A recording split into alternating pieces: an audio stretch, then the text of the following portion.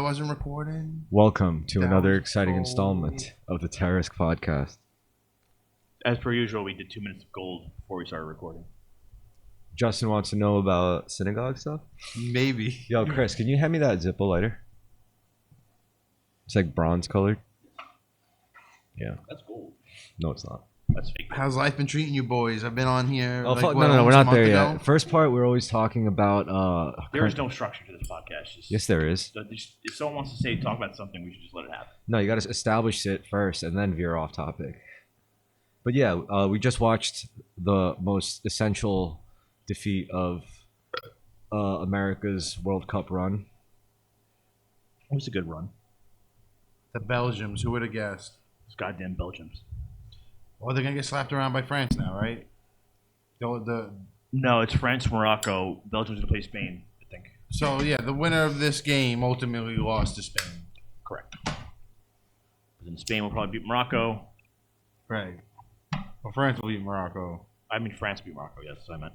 Then Spain. And who's Argentina have to face if they go to the finals of their bracket? England? Yeah, England. Yes. England? Yeah, the fucking Brits. Fuckers. Fucking colonizers. I'm so upset they won that game against Mexico. Joe, you're a Louis C.K. fan, right? Louis C.K., yes. I heard his new shit was trash. I've actually also heard that. Yeah. I didn't hear any of this. I heard it wasn't very good from somebody else. I didn't hear any of this, but it's funny as fuck the way you delivered that. What? I heard his new shit. Trash. Like you paused and looked around and like made sure it was okay to say that it was trash. It's okay to say his shit is trash. No, It's but fine. it's the specific way that they said his new shit was trash. Like they were describing it how, at this point, Louis C.K.'s whole shtick is just pretending that the worst traits of humanity are just perfectly like not just normalized but acceptable, and like It's also hard to be funny and genuine when you're very financially stable. Like there isn't any like real trauma like going on in your life. there's no struggle. There's no struggle, yeah. And what good comedy is all about, the human element, struggle. They don't want to hear rich people like talk. I mean, I think he struggles. Like as rich as he is, he's still Well, yeah, when he's trying to come when he's got young, impressionable female comedians over his apartment. and he doesn't feel like he's a sexy man. No. That is true. He does struggle with that probably. Like he talks about it all the time. He's like, he always like rags on his looks. He's always like, oh, I mean, imagine me getting with a chick. Like, look at me. But that's what like got him popular when he started like doing like more like the more like reflecting on like just like talking about like what it's like to be like an overweight, out of shape 4-year-old white guy. It's just gonna fuck you up though if you keep leaning into that. I did. I mean, if he does it to himself, that's one thing. But if he actively encourages it as like a whole lifestyle, it's like, Well, he definitely does. There's no reason for him to change it. In fact, it would hurt his career if he got in better shape. Imagine he was got like a hair fit plugs. Louis C.K. He was Yeah, like if- had a who wants 10-pack. Who wants that? No one wants to see that. He's like, And he and talks gets- about he just turns to like a Jersey Shore. He buff gets hair guy. plugs. He gets a fake tan. That's sick. it would be so funny. That would be actually a sick gimmick I- change. It would if actually- he did it for one special. Yeah, it would, just- yeah, it would that's be pretty sick good. if he did a complete 180, was super fit, got hair plugs, but he Yeah. still like acted completely the same. No, Talks about- no. he does like humor and like jerk off jokes and shit. Even though he's like attracted now, like Yeah, but he's still like, he's he's not like a addressing it. Fabio. That would be really Fabio, funny. He's just no selling it. Yeah, That would work. But then for the next special, he has to. to go back to Louis Yeah, C.K. yeah. I don't think of like him as like, when I think of comedians now, I don't like guys of his generation don't really come to mind. I guess I think Louis more Black of like or Louis C.K. Louis Black or Louis C.K. We mean Which who you like better? Black, What, right? like better? Yeah, No, Louis C.K. better. Louis C.K. better. Yeah, like way better. Yo, Louis is one of my favorite shows ever. That was on HBO, right? No, FX, I think. It was FX. Yeah. Okay, yeah. It's very dry humor. That's me. I love dry humor. Yeah, I like dry humor too. I was working for this Jew for a little bit. Right. That's not the part of the podcast where we talk about Jews. Oh shit! That's not till the That's not sixth. till the sixth part of the podcast. No, but his wife was like, "Oh, I'm watching a movie." And we were on the road a lot. Like we went to Buffalo, and then we went to the farm in Pennsylvania and all this. And on the road, he was talking to his wife. She's like, "Oh, I'm watching Norbit with the kids. It's all Oh just." my god, who chooses to watch Norbit? She's Turkey like, ass. It's all just poo humor. And the way she said it, she's like, Oh it's my God, this movie, Oy Norbit, vey, it's it's just all poo humor. humor. It's disgusting. It's pure humor. I'd be like, Ma, stop being racist. He's got 2 Mongoloid kids. God rest their soul, but Mongoloid Mike and retard Robbie. That was in Norbit. No, that's his No, kids. I think That's the it's guy's boss's kids. But you know, that's neither here nor there nor anywhere. Turkey ass. Turkey, you go eat the turkey. Is that a quote from Norbit? Yeah. I saw Norbit in theaters, but I have no memory of it. Black man run fast. Problem run faster. Right in the bro hole. He doesn't- Right in the bro He's an hole. Asian. Yeah, fucking. Well, there's an Asian guy in it. I don't. Eddie remember. Murphy plays an Asian in the movie. He plays a fat fucking EBT bitch. He plays Norbit. He plays the fucking. I know he plays multiple characters. Yeah, the Asian guy that runs the fucking Chinese food spot. You guys know when I saw that movie, I was you guys know I was in a group home before, right? In foster care. No, I So you didn't know said that you were- about you. So I was in a group home, and obviously, like most of the boys, I shouldn't say obviously, but statistically, obviously, Yeah. it was statistically Yeah, obvious. in Queens. Yeah. They were mostly just black and Hispanics, mostly Yeah. black. So like one movie night, we were watching Norbit. I have a God. question. The movie choices have to be. I have a question. Dude, like, yo, when I say like they were hooting and hollering throughout the whole Yeah, I believe movie, that. I mean, they were fucking hooting and hollering. How many blacks per capita ate turkey ass during the premiere of Norbit? Dude, that's how I know. That's why that part sticks Dude, out so much in my head. 'cause Turkey after- ass. Turkey ass was And really the good, deep actually. fried turkey ass with the booty hole sticking out. Because Yo, the Undertaker talks about like when we would hang out with Yokozuna, like Yeah. Yokozuna would come over and like eat like deep fried turkey like tails, turkey ass. No. Yeah, Get that was outta Yokozuna's here. thing. Yeah, That was Yokozuna's that was his thing. Yeah, Yokozuna. Just like Andre the Giant's thing was drinking like drinking fucking fucking 3 4 cases of beer 8 and bottles of wine. Shut up, Norbert. You get the turkey ass. put his fucking finger in Hulk Hogan's booty hole. That was like an actual move he did. See, I don't believe a word Hulk Hogan says. The Hulkster? Yeah, I don't believe a word. The Hulkster says? Oh, Let actually, me no, tell you something, brother. you know that was funny because during those years when I saw that, that was like around like before memes were really a thing amongst like the masses. So for black people, like their memes were like they would watch Norbit together and they would be like turkey ass and we'd be like ha ha ha I get And it. this is But for from your white people, it would be movies like Anchorman. You know, they would quote and like before instead of memes, we would just make Anchorman quotes or we would quote like Tyler Perry movies. This is why we have hard time like unifying and breaking down the walls of race. It's because we quote the wrong movies. No, it's because these new kids, they don't quote movies at all. They just quote other retarded kids like from TikTok. On YouTube, yeah, I know. Yeah, because that just Yeah, becomes yeah. like 6, No, 7. you're right. You're absolutely right, yeah. You When I know? hear adults say that, I'm like, stop it. You're You're in your 20s. yeah, just stop it. And I've seen like a 14, 13-year-old kid doing like TikTok dances as a girl, just in front of girls trying to get girls. I'm like, dude, she'll never. You're just I like think her the friend. I You're just I think the such a last, simp, brother. Something will never change. I think the last, Such a simp, brother, man. I think the last quote meme that I experienced That's not gonna get was, you laid. haha, Pickle Rick. I get it. I'm Rick, but I'm also a pickle. I'm No, a pickle. I Pickle don't Rick. get it. I'm unaware. That was the joke, though. Which was, I don't know, man. I'm glad we have memes now, I guess, because they're fun, but Actually, It's brain rot. It's Alec- boy slop and it's brain rot. Alec told me that when the 6-7 thing was happening, Alec's a teacher in his school. He's like to get it to stop. He's like all the teachers got together like we'll start saying it, and the kids stopped saying it because they would do it like over the intercom in the morning. Yeah, they would do it like 6, yeah, 7. yeah, and it was just like, oh guys, stop it. that's I really was, funny. I was on the train recently, and now the MTA has an announcement where the guy goes, yo, yeah. don't be fucking riding the trains and shit. Don't be crowd surfing or subway surfing, they call it. 6 people have lost their lives last year. That's not that 6 many. family. Yeah, that's what I'm saying. That's not that many. There's a lot of people in New York City. Yeah, a lot of people I'm assuming died, at yeah. least like 200 of them are subway surfers. And 6 ain't that much. 6 out of like 350 is pretty fucking good at numbers. I'll take those chances. That's 20%, almost like 18%. Wait, Yer. what were you saying? Oh, someone said that on the internet. On the train, on the yeah. fucking intercom. It's Yeah. like the new announcement. It's like an automated thing. Someone I- recorded it, Oh, and I then heard that. they record it and they play it on nonstop. I've seen some funny fucking videos where it's like, because I could imagine me doing shit like this where you see like a bunch of like, Probably probably hijack the trade. Well, they would like kick the door open, like, "Yo, there's no one on this side." So they would get on the intercom. It's like, "Yo, mom's a bitch," and then like you Push hear, the lever now. and then all of a sudden you hear on the intercom, it's like, "Please do not play with the intercoms and do not go into the conductor's area." And then the kids got back. I was like, "Shut the fuck up, your mom's a hoe, bitch." And I was like, "This is so funny," because like, it's I think what would be even funnier is if you just gave the normal announcements over the intercom, and went out for the full train ride.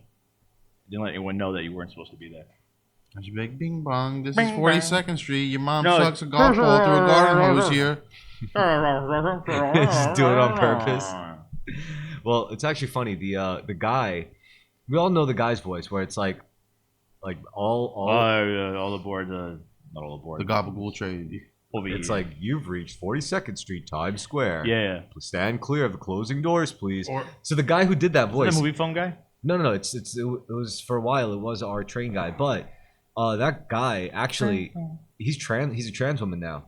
Yes, actually, I fairly did hear that. I listened to a whole interview on NPR like with this lady, and apparently this lady was the guy like who did the voice, like, "Stand clear of the closing doors, please," and then just hear How do you be known for like doing a deep voice and then? Well, the new voice is funny because, like, you know, as much as this person tries to sound like a woman, I'm sure he could still hear it. You know, it's like you're still this That's thing. sad though for them. That's ma'am, you have testicular cancer. Look How what could that be? How? Look how they massacred my boy. My boy. Massacre my boy. Oh my god. I mean, how bad was life as the "stand clear of the closing door, please"? Well, see, like I will say though, like it's obviously I don't understand what it's like to be trans, but like imagine like it's the thought of like feeling like I was born in the wrong body with the wrong genitalia. That sounds horrifying. That sounds terrible. I would not want to ever experience that. I don't know if I could ever experience that. Well, you won't. You neither will I, because What if feeling that way is a choice, Yeah. What if it's a mental illness? or it's a matter of perspective? it is a mental illness, but a mental illness is not like a derogatory term. Like No. it's a chemical imbalance. No, let me put it this way: like, it's what if you had those? What if you were like a Buddhist or a Hindu person who genuinely believed from every fiber of your being in reincarnation? Mhm. Would you see those people like have this compulsion to become trans, or would they know that, well, I could be a woman in this body, but I'm probably going to be These a guy in the people next being body? indoctrinated. Like, I think it's a matter of perspective, honestly. At the end of the day, I know a lot of trans people will be like, no, it's just crazy neuro disorder and blah blah blah blah blah. I think it's a chemical imbalance. Sure. it definitely is. But what isn't a chemical imbalance? Like, But yeah, but feeding it's- us boy slop, putting us on medications that we don't need to see, be that's on. the more materialist reasoning, which I actually doctor- If the you doctor wanted to wa- kill a generation of people, would you do it like blatantly? Like Get them we're hooked on dropping porn. bombs? Yeah, get them addicted on porn. Get them not breeding and reproducing, eating goy slop. as eating you call goy it. slop. And Yeah. that's what makes trans. They're turning the frogs gay. They can turn they're the people turning the gay. freaking too. frogs gay. Yo, see, this is why we need Justin. He's But like, now he balances but us out. now like people have gone back towards more less overly processed food. Like our generation, the one before is the one with the heavily processed Yes. chemicals and crap. Red 40 and everything. Yeah. Fucking. And fucking cherry flavored candies are my favorite things. I love cherry. Nah, I'm a big strawberry, pink Starburst all the way for me. Oh, pink Starburst, good Starburst. They're the only one that make a whole pack for pink Starburst. They don't see red, even though orange is a strong second. I like for me. yellow. I like orange. Get out of this one. You don't like That's yellow? the worst one. That's the worst one. Why? What's so bad about yellow? What's your word? You think orange is the worst one? Did your friends Or red? make you eat the yellow ones? You have 4 choices. The original is yellow, red, orange, pink. Pink is obviously goated. Red. I actually knew someone who liked red over pink, but it's neither here nor there, nor anywhere. I don't That know. may Red, have- red that may was have a been little, Orange is second for me. red was a little too Red far. is third. Yellow is the worst. Now orange is third for me. That's preference. Yeah, yellow was always the last. Anyone you could ask. I think you may have been bullied Why? because someone forced you to eat the yellows. I- You're like, I- these are good. I like them. I never got to Also, have. yeah, you should be able to sue someone. I never got to have For fucking mental Starburst at distress all. I wasn't and- allowed to get candy. All right. The real the fuck? struggle. I mean, if I did, You were get- just happy to get any Starburst. yeah, I guess. Yeah. Any slop is good slop. We don't have any slop. Also, like, I don't know. Maybe I was more of a Skittles kid.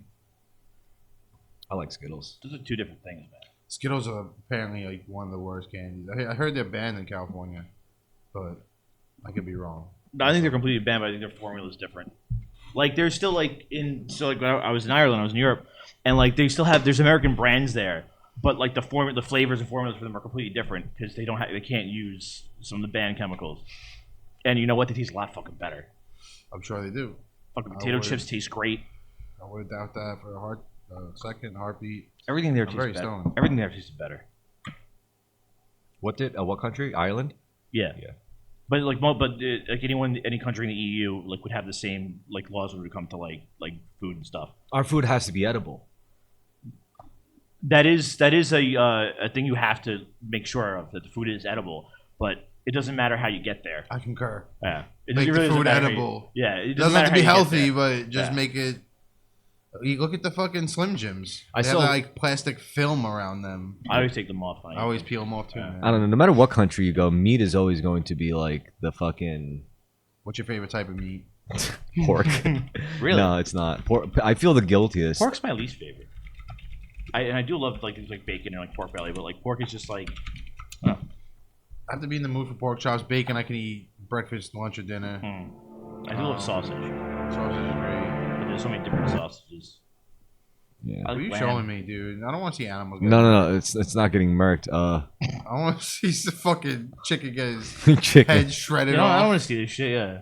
Yeah, come on, I don't want to see this, bro. Come on. Leave the pigs alone. Oh, it's this thing. No, it's not this thing. You can turn it off. I don't want to see Yo, this. you know what? Like, I actually like at least 2 days out of the week, I only eat fish. So I See, this is how they humanely incapacitate a pig before they kill them. So what they're doing is they're giving them an electroshock, like tasing them, like Jackass. yeah, But like, Just see, like Jackass. see, as soon as those metal prongs hit, Just like Bam. yeah, as soon as I haven't taken those drug prongs addiction. are hitting the neck, it's see right now. yeah, I know. He Crazy. sleep. So there's I saw this video of like there's like you know what Fagua is, right? Yeah. You know what Fagua is? No, I'm sorry. No, I was looking at this. Can you turn this off, please? Why? That's where your food comes from. I don't want to see this. I don't Fagua want to see is, how the sausage is made. Jesus. Fagua is inflamed duck liver. So what they do is they overfeed ducks, so the liver becomes inflamed, and they slaughter them, and then that's Fagua. It's awesome, but it's super awful to make. Yeah, it's inhumane. Yeah. So there's an ethical form where like they let the ducks naturally overeat, and to slaughter them instead of like stuffing them in like a conveyor belt or something like that, they take them outside and they put on a flashlight, and apparently ducks will just follow what they think is the moon. Anywhere you point a big bright light, so they'll have them like just walk into You like just a flash a spinning- light and just point. Yeah. That's cool. And they grind them up. Then they just chop their heads off. Nice. Fagua delicious though. It's How you pronounce it? Fagua? Fagua. Maybe I'm not It's too... it's French. It's definitely French. I was Yeah. going to say. Yeah. Fagua. There's no chance on the planet it's not French. Yeah, you know, there's this. Oh, because the French food is like just evil and just you know, violent. there's this like French dish where it's like they feed The you bird. the baby bird. Yeah. Yeah. Where you have to cover your face With a napkin. Because Because it's you- a slight against God. It's Because you watch yourself do it and you're like disgusted. You're like, I'm eating this cute little baby, and it still looks like a bird and everything. the bird's drowned in red wine. So you take the bird alive and a little bird, like baby bird, I you don't drown like it in this. red wine. I don't like this. Yeah. This is like some sort of like satanic ritual. Yeah. And then when you eat it, you have to cover your face with a napkin No, I'm to hide good. your shame. But only the French would do Hide that. your shame from Yeah. killing a From baby. God. It's to like No, I hear you. yeah, You 'cause should you've have committed to, a I should sin. have to hide my. Yeah, I'm sitting to eat. Yeah. You know? only the French would do some shit like that. Another tradition that's pretty Not all. crazy is I think another race of people Well, would figure that out too. But I think I know what you're the talking French about. mastered it. also it's like Doing it fancy. it's also a They did it Korean. fancy. it's They a called Ko- it. What they called it? French. Fagua. Fagua. No, that's the overstuffed duck, Inflamed duck liver. and not the baby bird. No, yeah. Oh, yeah, the duck I don't know the name of. The baby sorry, bird. the baby bird I don't know the name of. Yo, in Korea, what they do is they'll eat live octopus. Like it's like a kendo tradition for those people. They'll because they believe if you eat something alive, you get You more, gain its energy or you whatever. gain its vigor. Yeah, I like don't not know, just not just nutrition, but How do you like, eat raw octopus? I love they're grilled like- octopus. So what they do is it's small, like baby octopus, and then they'll wrap the legs around tight around the chopsticks. They don't grill it? No, you just dip the Oh. whole thing in its I sauce, don't like the texture. and then you eat the whole thing, like a popsicle. I don't like the texture. That sounds awful. Yeah, and you have to like really chew it up good, or Yeah, 'cause else. it's fucking moving around. Yeah, And the octopus will probably figure out how to like strangle you and get out. yeah, They're that smart. yeah. That's why you gotta just eat that shit. Well, I think that's why you should kill it and then cook it and then eat it. Why do you have to kill it? Why can't my food just be pre-dead? Well, I would never. I can't do it myself. I'm not killing my food. I'm not a savage. Yeah, I don't. I'm not a hunter gatherer. I'm not killing. You have zero survival instinct. No, I don't have zero. I wouldn't say that. I could fish. I could kill fish. I could That kill doesn't fish. bother me. Spear as fucking much. fish in the fucking head. They're dumb. Yeah, they don't feel the pain. They don't feel it. What if there are no fish? What are you talking about? There's fish. It's almost impossible. If you live on an island, it's almost impossible to starve. Yeah, but you're not always on an island when you're stranded. You're not always stranded near like. Why would you be stranded Why would I on be a large fishing? piece of land? Yeah, If there's an option to fish, that means I'm on an island. If I wouldn't be talking about fishing if I was in the desert. and I don't think you could be stranded on like a mainland. Are you but, serious? But would you hunt a squirrel and rabbit? If I had to, Yo, it would you suck. do, you know you could be like literally be stranded in just south of the border, right? So far out, Sure just you far could, enough. But I would walk to water and then fish. what if it's literally not a walkable distance and you die of thirst? on It's the way? walkable. Then you fucking die of thirst. Honestly, How far do you think you who could walk? gives a How fuck? far do you think you could walk Let to a 'em vulture fucking shit. desert in like under 100 degrees? Like What? Now where are we? We're in Mexico. Or we're in I Africa? just said, Mexico. Like we're It talking. doesn't get 100 degrees down there. I ain't fishing. Yeah, Obviously. probably know it doesn't. I know I'm it fishing for a fucking miracle.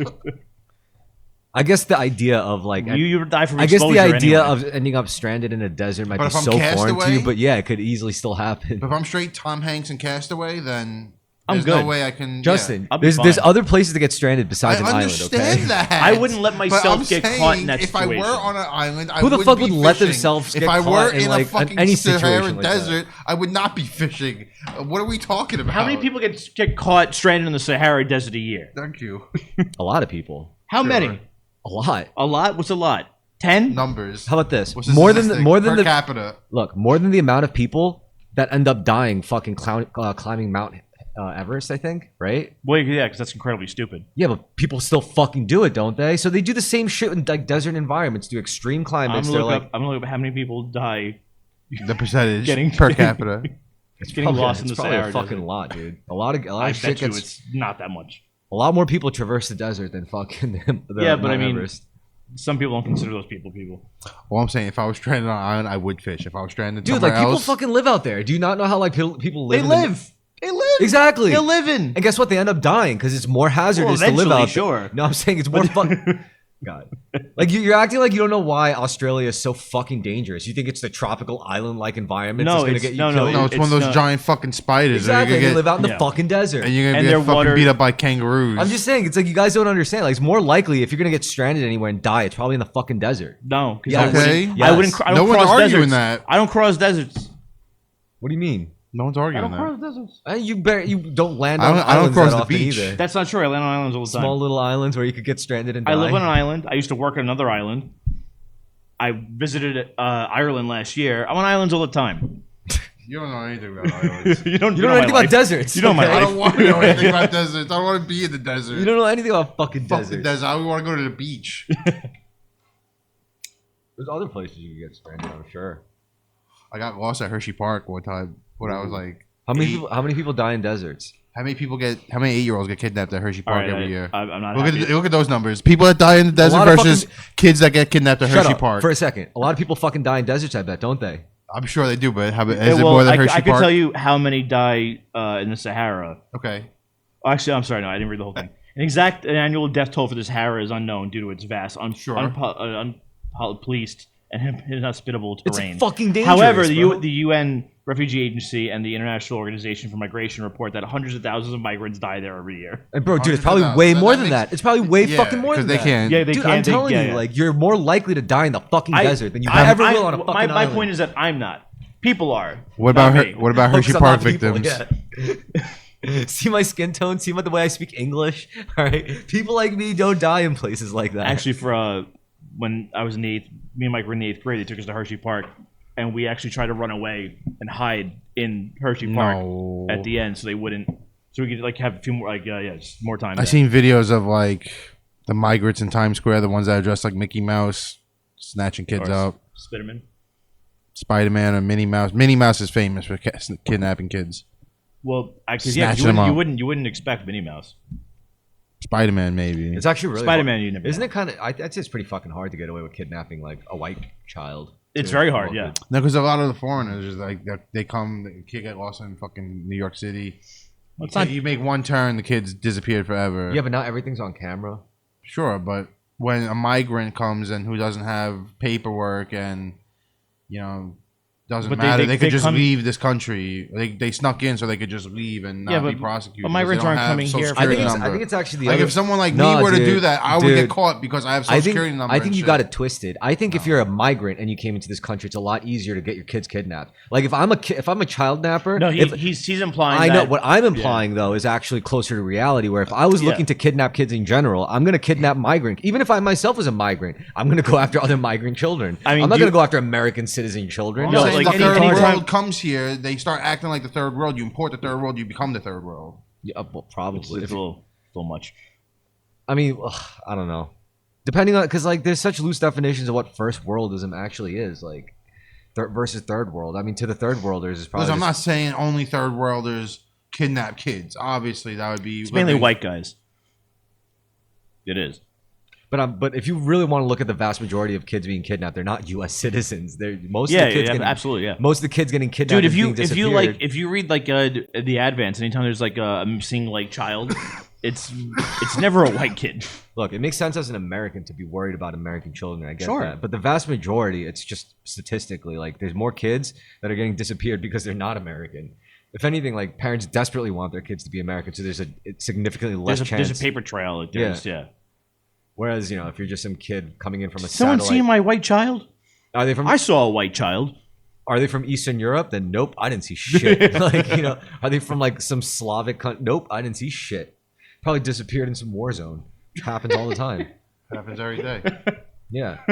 I mean, just theoretically speaking, if I was a government, like a secret government agency that made deals with aliens for technology, and in return they wanted like Children? yeah, I would be like, oh, easy. We We'll discussed this though. We said they wouldn't want brown children. They want white kids. if they wanted white kids though, they would go to Eastern Europe, start a war Right. there. That's what we did. We finalized. That's what we Kids left off on. disappear every day in a war zone. It's the easiest way It's to do very it. true. Very true. So if we really wanted, I don't know, to see huge kidnappings, then I guess war. So wait till Civil War breaks out, then you'll see like real. War is a good cover for It's the best cover for everything. yeah. Anything you can think of. You think we're coming close to a civil war No, too? not at all. No, not like it. You think the Knicks united us enough? Well, Knicks united us, New York. The rest of the country, red versus blue. I feel like There's a real big divide right now. Oh, absolutely. don't There think is, so. but it would never come to I a don't think violent. It's, I don't. No. I don't think I don't it's. know. I don't think it's. But the thing is, Antifa's pretty violent. I'm not gonna say ICE isn't violent either. You know. but think about it. So how the Civil War start? The senator from North Carolina, South Carolina, like in Congress, seceded from the Union, and then other Southern senators followed him. Mhm. Politicians are even like Republican, Democrat. They're all friends. They're all like in the same game. They are not going to leave this country. Like they are not as divided as they've made the rest of us. yeah, but the war is ultimately fought by the people, and if you look at the But sentiment, yes, but they're not going Fought to by the start. They're not Goyans. going to start the war. if you look at the sentiment of the people, I don't think it's. Yeah, it might be red versus blue on the surface, but the problem is like it's so splintered even within red, the red side or the blue side. Right, and the blue You side, know how much yeah. like Republicans are against other quote unquote conservatives because there's literally Republicans that hate other Republicans because that one side They're is saying so far right. one side, Yeah, yeah. no, one side And is saying the one the side is left saying having like that problem too. one side is saying Sure, of one side course, is saying yeah. yo I have trouble with Trump and how he like he's so racist and whatever, and then the other side of Republicans hate them because they're like fuck you, I think Trump isn't being racist enough, I don't think he's deporting enough I don't fucking think- Mexicans. It's about time. I don't think I'm on that side a little bit, to be honest. I think he's being too nice to the Jews. Like what the fuck is he doing? I don't agree with which that is either. which is very strange. But like- the Jews are gonna buy both sides. Okay, it and doesn't then, matter. and then that's just the Reds, right? Now the Blues, for them, it's you got the DSA, the Democratic Socialists of America. They're the psycho, Yeah, like the the woke. progressives They're and like if you think socialists. woke is bad, they are the real radicalists Woke is of crazy. the left side, right? Not there's probably more radical, but as far as anyone's with like any kind of like social communal gathering capacity, and then you have like the liberals. The liberals are just like the blight. So of those that. are the same thing though. They're not. Though the left is liberal, and then there's That's you not. have That's not you have true though. progressives. You have You can't conflate. socialists. You can't conflate like. No, like- liberalism is left in nature. No, I think communism is left in nature. Yes, communism is left. Communism But that's is not further. liberalism. Yes, it is. No, it's not. Yes, it is. No, it's not. Yes, it is. See, all right, communism cannot jive with capitalism. Liberalism pretty much needs capitalism. No, it doesn't. Yes, it does. No, it doesn't. That's Are not you serious? The rest of like all of Europe is very liberal. Okay, so what's the core tenet of liberalism? Liberty, right? Like you have the liberty to choose. You could liberally choose big your government. ideology. Now, what if liberally you decide, trading things like having a bank? No, notice. it's not. It's big government. More government programs, more subsidies, things like that. But as a that liberal, is communism. That is liberal. That is left. But that's Social not true. programs, Liberals yes, it aren't. is. Liberals don't have to be against that. Liberals can literally say corporations are good if they help the poor. Corporations are good if they help Yes, black they do people. say that because they they're do also say being- so. They're not but they're being- communists. They're not fucking. No, No. In communism, there is no fucking recourse for that. There is no room for capitalism in real communism. So this idea that calling liberals leftists is not fucking true. It's wildly inaccurate, and that's the reason. That's the whole reason why they can't get their fucking shit together, because they're sharing space with people that fucking hate them, that do not align with them ideologically. Just as like you're doing now, you're conflating things that really don't fucking have shit I'm to not do even with each other. speaking because you're talking over But me. because I know what you're trying to say, which is literally that liberalism let is me say what I communism. wanna It's say. not. Okay, say it. No, I'm done. I don't care. All right, but you know what I mean though. Yeah, Liberalism is not communism. How? All right. it is. You're How? wrong. How? That is the left. That is liberalism. I don't think liberalism and communism is the same thing. No. They are. How? Communism is just further off. Socialism. You want to ask the internet? Sure, ask the internet. Is liberalism and communism the same thing? The exact same thing, but they're on the same side. There are left. Yeah. What's it No. Communism and liberalism are fundamentally different political they're and not the same economic. thing, but they're also on the Liberalism is rooted in the protection of individual liberties, free speech, private property, not communist, and free market capitalism. Communism seeks to eliminate private property and capitalism entirely, advocating for collective ownership of the means of production to achieve total economic equality and a classless society. I'm sorry, but you're wrong. Like fundamentally, you're wrong. This is exactly what I'm talking about. This is a huge fucking problem. People are confused as to what the nature of leftism and liberalism actually fucking is. It's not true. Liberalism is not communism. You just saw that. I explained it to you. heard it. Do you want me to show you the No, I don't fucking? wanna see it, honestly. So then, why can't you just admit it? You're wrong. I did not admit it. Why can't you? I just showed you. I explained it to you. I didn't say you're lying. You said you disagreed with me fundamentally, saying liberalism. I said Communism. that before you showed me the thing. Okay, but now you agree, right? Yeah, you're right. All right, thank you. Jesus Christ. That's all I was fucking saying. And this is important because this is a huge fucking problem. Like there's no way like you're going to have any kind of coherent idea of political ideological communication at all if you can't even get like decent categorization right. Like it doesn't make any fucking sense. And I don't understand how that even came to be. Like what person thought, "Oh, yeah, liberalism, communism are the same thing. Let's just like normalize this idea." It's not even accurate. It's like saying 2 + 2 = 3. Like where the fuck can. do you get this fucking idea from? Like it doesn't make fucking sense. And what's weird is I don't even give a fuck about politics. And even I had the foresight to know this is not a good track for people to confuse themselves about. Like what the fuck? Extremism is a problem. There's no such thing as extremist liberalism because liberalism isn't a real political ideology that could even go to that because it's literally just a cuck for capitalism. It's literally just a shiny veneer over, oh, we are capitalists, but we could be friendly and fair about it. It's bullshit. That's why everyone hates them. Nobody takes a liberal seriously. Not a communist, not a conservative, not a fucking nobody. Nobody would ever take a liberal seriously because they're not even coherent. They don't have a coherent ideology. Yeah. Compared to I literally have more respect for a communist than I will ever have for a fucking liberal. And I think you could really tell a person's you could literally tell a person's it's political coherence, extremism or not. It's they can be more extreme because at least they're fucking coherent with their ideas as opposed to a liberal. A liberal is going to be oh, we hate corporations, but you like the corporations that make your fucking grandma's meds, right? Oh yeah, we love therapy and we love pharmaceuticals if they help our lives. It's oh yeah, who do you think fucking makes those pills? You think that's going to exist without capitalism? Big pharma. Justin, your thoughts? My thoughts. That was a sick rant. I didn't want to break. He was cut. He had some stride going. Justin knows what I'm talking about. I know what you're talking about. That's why he sat there all quiet. That's he's like my man's preaching. Let him fucking preach. Because, dude, I'm not even a liberal or a communist, and I don't identify with either side. I have more conservative views, so of course I'm gonna agree with what you're saying. See, I really don't care if you do subscribe to one or the other. I just hate fucking inconsistencies or I hate contradictions. It just pisses me off because to me that just leads to more confusion. More confusion is the bad kind of chaos, and I can't deal with that. Well, that's the problem with the Democratic Party is that they're pretending that they are progressive and they're more socialist, but in fact they aren't, and they're afraid of that, and they don't want to go there. Oh, and you also have these like really bad cases where it's like you'll have like a trans technologist who will be like, "Oh, I'm communist." And meanwhile, if you look at the actual history of like communist countries, they'll be like, "Nah, you face the wall too, buddy." Like, you think you're gonna have any place after the revolution? No, it's not how this fucking works. If you want to know what real communism looks like, look at fucking North Korea. The only problem that's is totalitarianism. It's not communism. How do you think communism is going to work? You think everyone is going to suddenly? The reason why communism hasn't worked in a lot of countries is because there's one party, and there's ultimately one leader and one government. Communism doesn't work. Socialism works. Communism doesn't work. Not full-blown socialism. Socialist policies sprinkled within a capitalist system, which is what we've been doing. I think there's nothing wrong with like just admitting that capitalism works for you. I mean, like, is it working for us? Is it? I think life is working for me. That's not what I said. Do you think capitalism is working for us, for you? Are you taking advantage? Are you on top of the game? Like, are you the percentage that's succeeding from it or benefiting from it, or are you what communism has? What capitalism has to step on to make sure the guys in the 1%, 2% get their money? It's hard to tell because I mean, I look around. I think it's hard to tell. You live in an apartment. I live in an apartment. Yeah, and I'm in debt. You're in debt. Dude, I'm able to make like fucking multiplied factors by factors of what my father would make at my age and what my dad had. Well, as you should because of inflation. Like, my dad had to do for a living. He had to do physical labor. Our parents had to do physical labor compared to what they had to actually do to. So capitalism found a different way for you to work.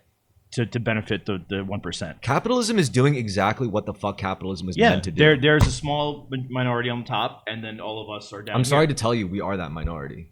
No, we're the majority. We're the ones at the bottom. We actually have it easy. Okay. You don't think so? No, because I know if I don't get a paycheck next week, how often in your week do you have to worry about poor people like stabbing you? Like honestly, like do you have? That's not what I'm talking. I worry about being able to feed myself, being able to pay my rent. We're talking about class, like really, like that's class. See, class is not about like I'm worried about interacting with the poor. We're not becoming the poor. Yeah, but how do you become the poor without interacting with the poor? By not getting fucking paid enough, and then losing, not being able to pay rent, and then living on the street. Yeah, with the other poor people. What? So if you were poor, you would be around other poor people more. Right. Yeah. Yeah, you would sink. Yeah, you would sink on the social. So if you're not around, if you're not around that many poor people throughout the day, chances are you're probably not as poor as you think. You also gotta make good decisions. I'm not saying. Well, what I'm saying is the slippery slope to be poor. It doesn't take that much. It does not. We're not. There is no upper middle class. There's a very thin line between being homeless. Well, let me ask you, like, what do you think is the biggest problem with capitalism? Is that too few benefit and at the expense of too I know, many. but like, what's the mechanism behind that? Like, why do the drive for profit, the need to make more every year, like not like make enough to live, like just to make more. People that publicly traded companies, like you have to, like every quarter you have to make more than you did last quarter. It's not even that you show a profit; you have to make more. It's that selfishness. It's unnecessary. There's a certain limit of wealth where. So then, how do you think you would fix that? Can't fix it because greed will always be around. People will always find. All right, so you can make them pay more. You can make them pay more taxes. I think that does work because. So you think because companies are not going to. What they might do is cut jobs, but they are not going to. Well, they could furlough their employees and like make X amount a year and then stop working. Yeah, and then you can't tax them after that. And also, that just shows you that they're scumbags and they're fucking leeches on the fucking system. Like that's it can't easily be fixed. I think it can be fixed, but there's ways to attempt it. So you're saying that capitalism is bad because generally speaking, people have a greedy nature about them. Yeah, but that's also why it works. Okay, so I think why it works and why it fails. If you were to ask me, like, what's the biggest problem with capitalism, I think it's more of a technical issue with our money. And I think, like, for example, like, what is money? Other than what, a piece of paper? Is that what you perceive money as, like just a piece of paper that you collect? A value, guaranteed value. It's a store of value, guaranteed value. Yes. You just pretty much use it not to kill each other. So the idea is trade. You expend energy on labor or other people's labor, and you get the benefit. Basically, it's a container for energy spent. No, generally, when you expend energy, you are not getting the most benefit. But the idea of money is if I work on your farm and I don't need this many fucking vegetables from your farm right now. Could we work something else out where I could get something else to trade? It's like, yeah, let's come up with a money system. So it's a technology. Right. That is like the 16th, 17th century That's what money's- agriculture, like economy, like that.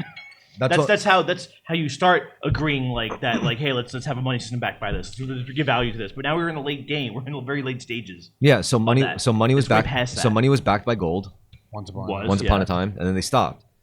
And wouldn't you like say like that's like a big issue? Yes. Because that consolidated all the power to the federal Reserve. the federal bank cartel. It's like a whole cartel of banks. Yeah. And what this gives them the Andrew ability Jackson to do. wanted to dismantle the one We like talked bank. about this though. We all Yeah. know who owns the Federal Reserve too. Okay, so then, but this is important because if you really want to think about like what's wrong with capitalism, and like people say, oh, it's because of the rich, it's because of the trillionaires, it's because of this. Like, I think it's a much more fundamental problem that has to do with our money. And I think like a lot, it's our money is built in a way now because it's backed by nothing except debt. That's literally what the U.S. dollar is backed by, debt. Yeah. And that means we also live in a state where the federal bank has the power to change interest rates pretty much as they see fit. Sure. I mean, sure, there's some like overhead or oversight that they have. I don't to think there abide is, but yes, yeah. by. Yeah. So The people in charge, people that are winning, are the ones that decide what's worth what yeah. and why it is that way. Don't blame the money. Don't blame the paper. You blame the fucking people running this fucking scam. The only people Yeah, I but see, no, but you can't do that because the people running this scam are dead, which means They're not dead. Yes, they are. They're not dead No, yet. sorry, no, not running the scam. The people who created the scam, who set it up, are dead. They're dead. Yeah, Yeah, exactly. But their kids are running it but now. their kids will. Yeah. But what I'm saying is, And it won't be there for their kids. but Sure, shit won't be what there I'm for us. saying is that the scam has taken a life of its own. So you should look at the money at this point. There's no point looking at the people who are responsible for it because they're dead. Like the people who are running it now just inherited something, a machine that was running long before them. So like, what's the point of like going and they're not fucking fixing the problem. because they're not. The system isn't built to be fixed. It's doing exactly what it's supposed to be I doing. think there's things I you think can the fix system. it. I think the current system is running exactly as it was designed to do. Yeah, it was. Yeah. It was to fuck us, and we're being fucked. Yeah, and I think the tipping point was when the federal bank decided to become this ultimate consolidation of It's been that financial way. power. The federal bank wasn't always around in the United Yeah, it States. Not always. Yeah. Not always. Yeah. Not always as an entity. Not from day one. No, not from day one, but like That's in what the I'm saying. 1830s. Yeah, Like that. and but even then, It's a long like- time. And then, but still, like that was enough time. And that was because like we would because we were run like a business.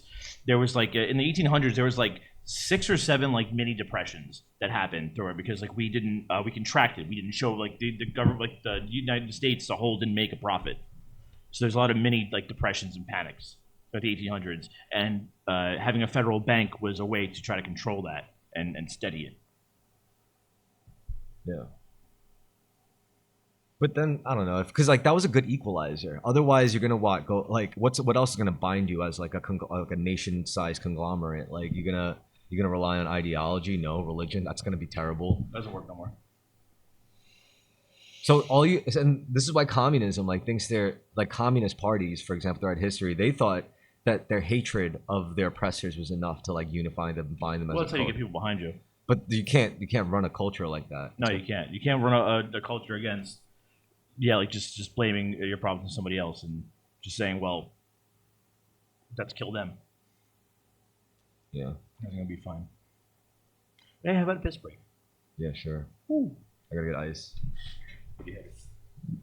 I Most was of my at, I was at drinks 3 flagship IPAs before I came here. More of a Killsborough guy. Not crazy. I went to the hop shop. I haven't been there in like probably 100 years. They took all and the fucking arcade games out. they still had Marvel vs. Capcom. Oh, did they? All right. Yeah. And the same bartender's been working there since the dawn of time. Hmm. I'm not going to say her name just in case, people know her. And They won't, but yeah, that's fair enough.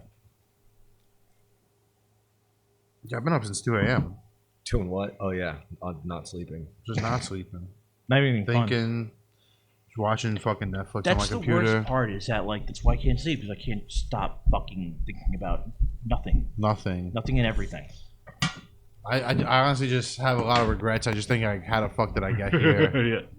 Like, how the fuck did this happen? Do I want to bother living tomorrow? I'll make it. I'm grateful for every day, but it's just like some days are just like, Yeah, these are harder than others. oh shit. Do you have a TV? I have a laptop. Yeah. Yeah. Watching Netflix on that You thing. got the internet. I got access to water. Yeah. All right. No, I mean, I kind of. Well, I'm not saying this is what's happening, but it kind of parallels the same journey. So there's like this whole like new age framework for like how a spiritual awakening works, and first has to come like this phase called like shadow work. It's when you're at your lowest of the low, like how they say it's like, oh, when you're going through hell, keep walking, you know, or it's like kind of that phase, or some That is life. or some might recontextualize it as like a cocoon phase. You know, like the cocoon phase is like very painful for the caterpillar because they're like their body's like dissolving and restructuring and crystallizing into a beautiful butterfly. So you know, and it only gets bad is if you pull out with something easy. Like Right. some people will go through their shadow work and then it's like, oh, but the heroin dealer's back around. Don't you want to get back in? How much longer till I'm a butterfly? All I know is any girl with a butterfly tattoo is a straight demon. She's a succubus. Like a butterfree? All right. What if, And I know girls with the biggest forehead give the best what head. if what if you were a bee drill? If they have 5 heads, if they have just like the big, they work extra hard to suck dick. I just don't know what it is. Well, I think what you're really saying is girls that aren't conventionally attractive. Well, no, not conventionally attractive. You just have to have big foreheads. Like if they could like make it work with the hair and shit. But I'm just telling you, like when they pull that hair back in a ponytail and they have a fucking dome piece, Maybe it's like they find extra room in their forehead to hide dick. What? maybe it's because you're seeing all that extra Maybe. head, and you're like, well, they must be better at head. Maybe Maybe they're smart. maybe they're smarter because they have extra. Maybe their noggins. skulls are shaped differently. Maybe you're right. I'm not doubting you. Maybe the Neanderthal ones, the ones with the big foreheads. Well, You take my word for those? So yeah, those are the chicks you don't like. That's not what he said. Not what I said. I said they give the best head. Oh, Actually, the best head I ever got was from a Russian girl. Not to name names. I know who it is. Ding, ding, ding, ding. Tell him what he's won. Russian. Gonorrhea. Are you sure she was Russian? Am I saying she was Yes. Russian? Okay. I never got no gonorrhea from her. No, that's not what I said. I didn't mean that. She said I- gonorrhea. No, but like, it's like, what did he win? It's just a joke. Oh, No, yeah, not I'm implying picking up that. what you're Not saying. implying that. Yeah, not at all. No. I feel like you would have told me if you got gonorrhea, I probably would have. and you would have been like, "Yo, this is what it was like. This is why you don't want Bang. gonorrhea." You gotta tell everybody when you get gonorrhea. Just something. Do you? Is that part of the rules? I feel like it. What are the rules? What are the You rules? tell all your friends when you get gonorrhea. Gonorrhea party. Yeah, because it's just like, hey, My like, gonorrhea coming if- out if- party. oh, I want to see it come out.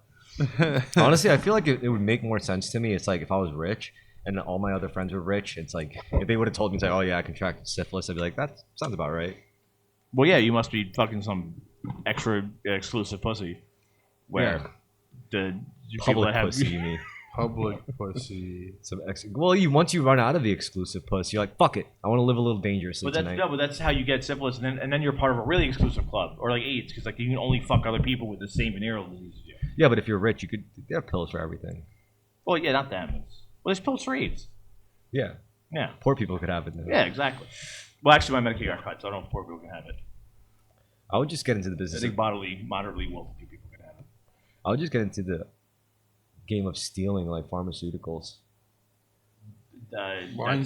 That's very illegal. Like, That's very Of illegal. course. That's interstate commerce. 100%. No, I mean like if you were Oh, talking running a about Medicaid scam? if you were talking about like revolution, like societal revolutions, it's like what would exactly would you target? Would you try to rob banks? Fuck no, I try to rob like pills and disrupt the market by Bro, that's 7 years a pill. handing out insulin to like people with diabetes and Bro, shit. you're going to jail for like 80 years. You're going to jail for robbing anyone, but I'm saying No, like, you're going to jail extra for Extra jail. Yeah, like dude. well, first of all, if you're a revolutionary of any kind and you so-called do Also, shit, are you a first offender?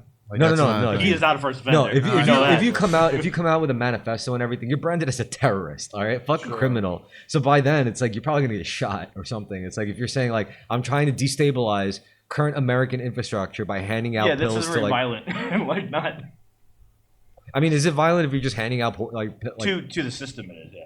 exactly? Yeah. So they're like, oh, you're a threat, you know? So we gotta like kill No, you. but what I'm saying is like stealing pills because they travel like interstate commerce, and then being caught with pills and selling them. Yeah, but I'm not talking about like painkillers and psych meds. I'm talking about like antibiotics and like insulin and shit. What?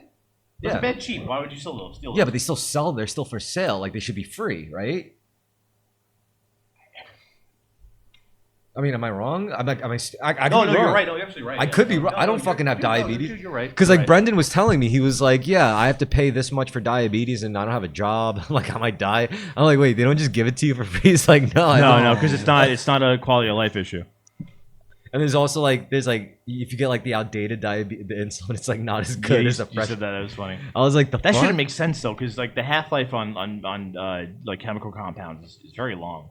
Yeah, I don't know. So I was just like, yo, that would piss me off enough. If I was like a terrorist, I'd be like, yeah, I'm gonna steal like antibiotics and insulin, because like that's like fucked up. When I used to work in the pharmacy in Pennsylvania, apparently the number one thing people would steal is the codeine. Oh, the good codeine. Good codeine, yeah. Apparently it's like for meth, right? I don't know, but apparently it's like $3,000 a bottle, and the bottle's only like this big. That's just straight up, I think, scarcity, because like so many people buy that shit to get high. The pharmacy I worked in was in a supermarket, but there was a mom and pop pharmacy like right around the corner from us. I'm sure that guy had like an insurance scam going because he got robbed like three times in a month. So doing like my job, like selling to like grocery stores, supermarkets, and pharmacies in the New York City area. I understand that almost every independent pharmacy is running a type of Medicaid scam. They have to be. Yeah, because they're all like the pharmacies are like the size of this apartment, and they give you the biggest orders, and it's just like that doesn't make sense. If I can like paint a picture, so this pharmacy in Pennsylvania is on like a dirt road basically. The fucking response time is like 20-30 minutes. You could go in there, but all right. So I got robbed like 3 times within like 6 weeks. The first time, okay, maybe it happens. The second time is like, does the guy really have the balls to come back and do it again, or is this pharmacy an easy target? And or is he told when to? Or 3 is the guy in on it? It's an inside job. And then the third time, it's like it's official. It's like so. My uncle was a sergeant in South Brooklyn. Cop, whatever, and L&B's got robbed once, and he was there, and they got robbed for like $30,000, and Michael was like, "You keep $30,000 in your safe overnight?" He's like, "No." It's like, and he knows they're mob connected, so he's just like, "That's what that is. They just want to wash money," and that shit happens all the time, every day. Yeah. I mean, crime is cool, I guess, in a sense. Cause crime is pretty cool. Well, because it's the most radical position you could take in society is to be a criminal. White collar crimes. But then the idea is, it's like you completely pretty much drop the bag on the ideological game. You're like, yo, I'm just trying to survive. Because the idea is, instead of like trying to be like a revolutionary, to fight the system, fight the corrupt system, you're like, fuck it, system won. I'm just going to take mine to fuck everyone else. I tried to warn y'all. I fought on your side, but now we lost, and I'm going to do what I got to do to survive. But you're being a symbol. You're inspiring other people. As a criminal? Yeah.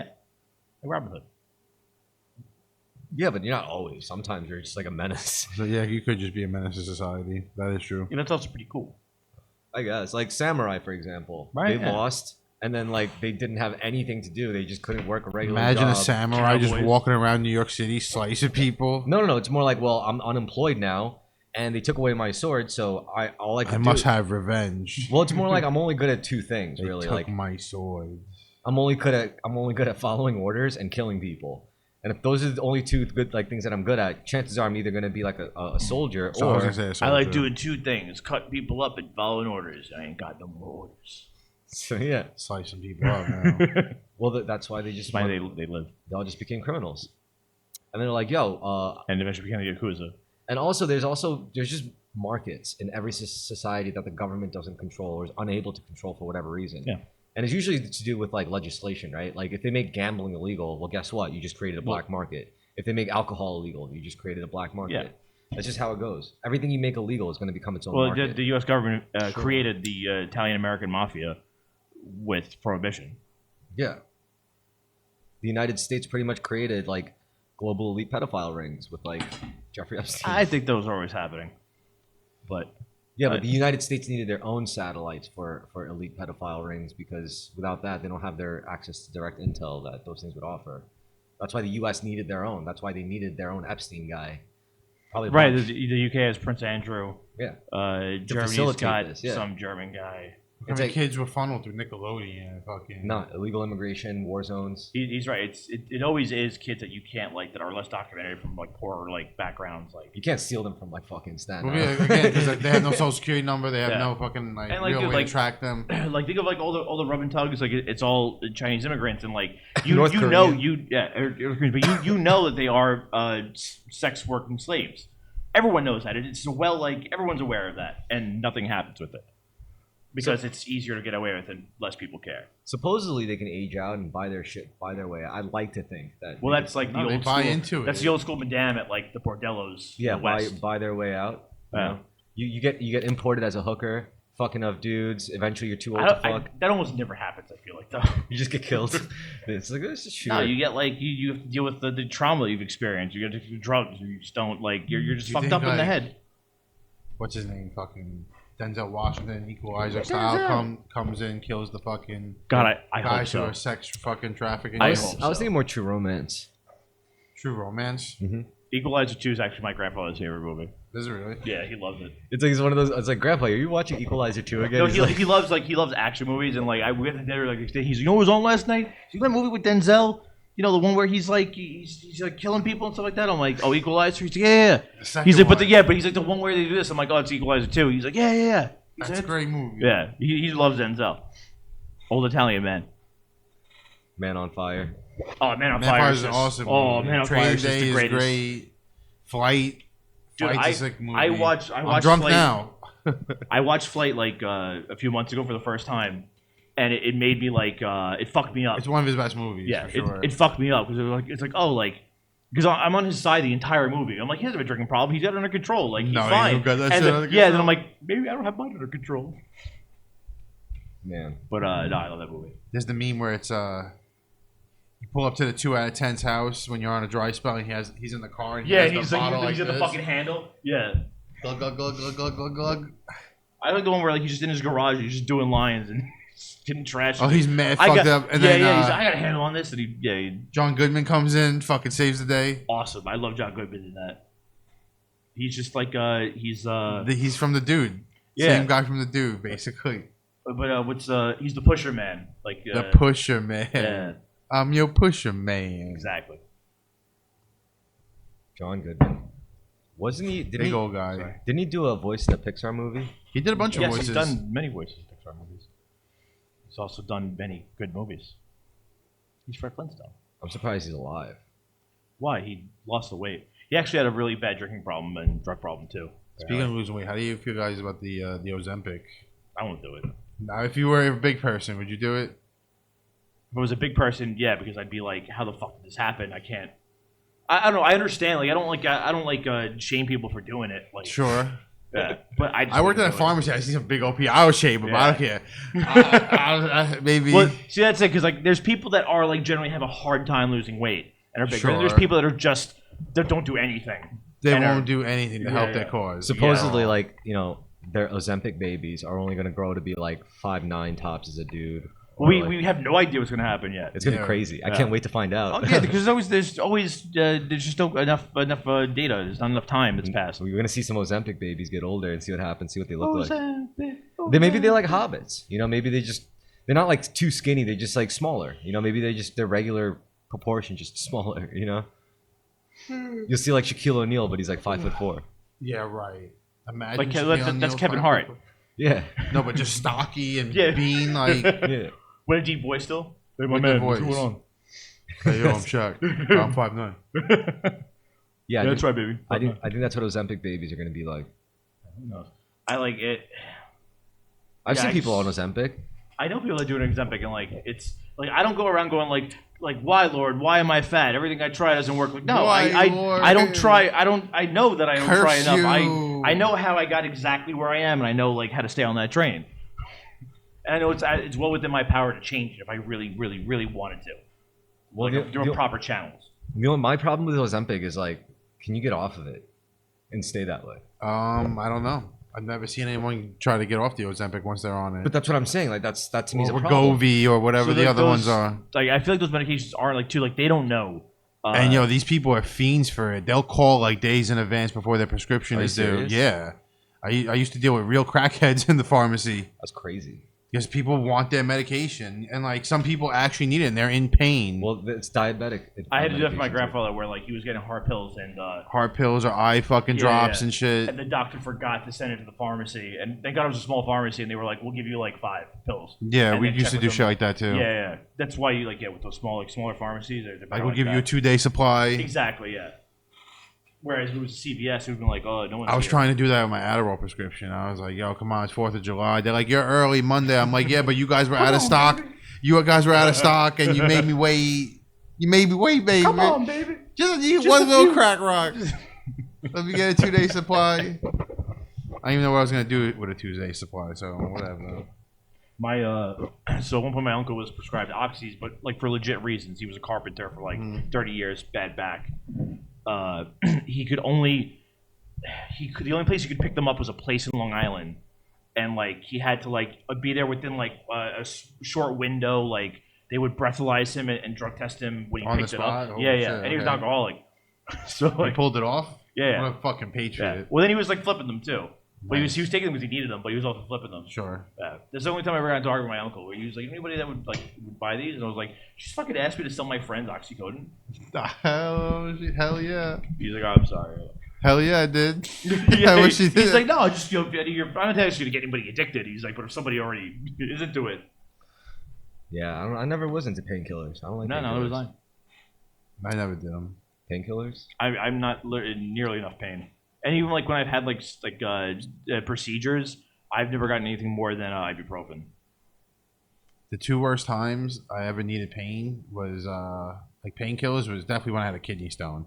Oh yeah, it was bad. And that goes back to like what you said about you could do something to not be fat. So the way I even got a kidney stone was I bought a vending machine and I was loading it with snacks, and like all the leftover snacks that were in my trunk No. went home with me.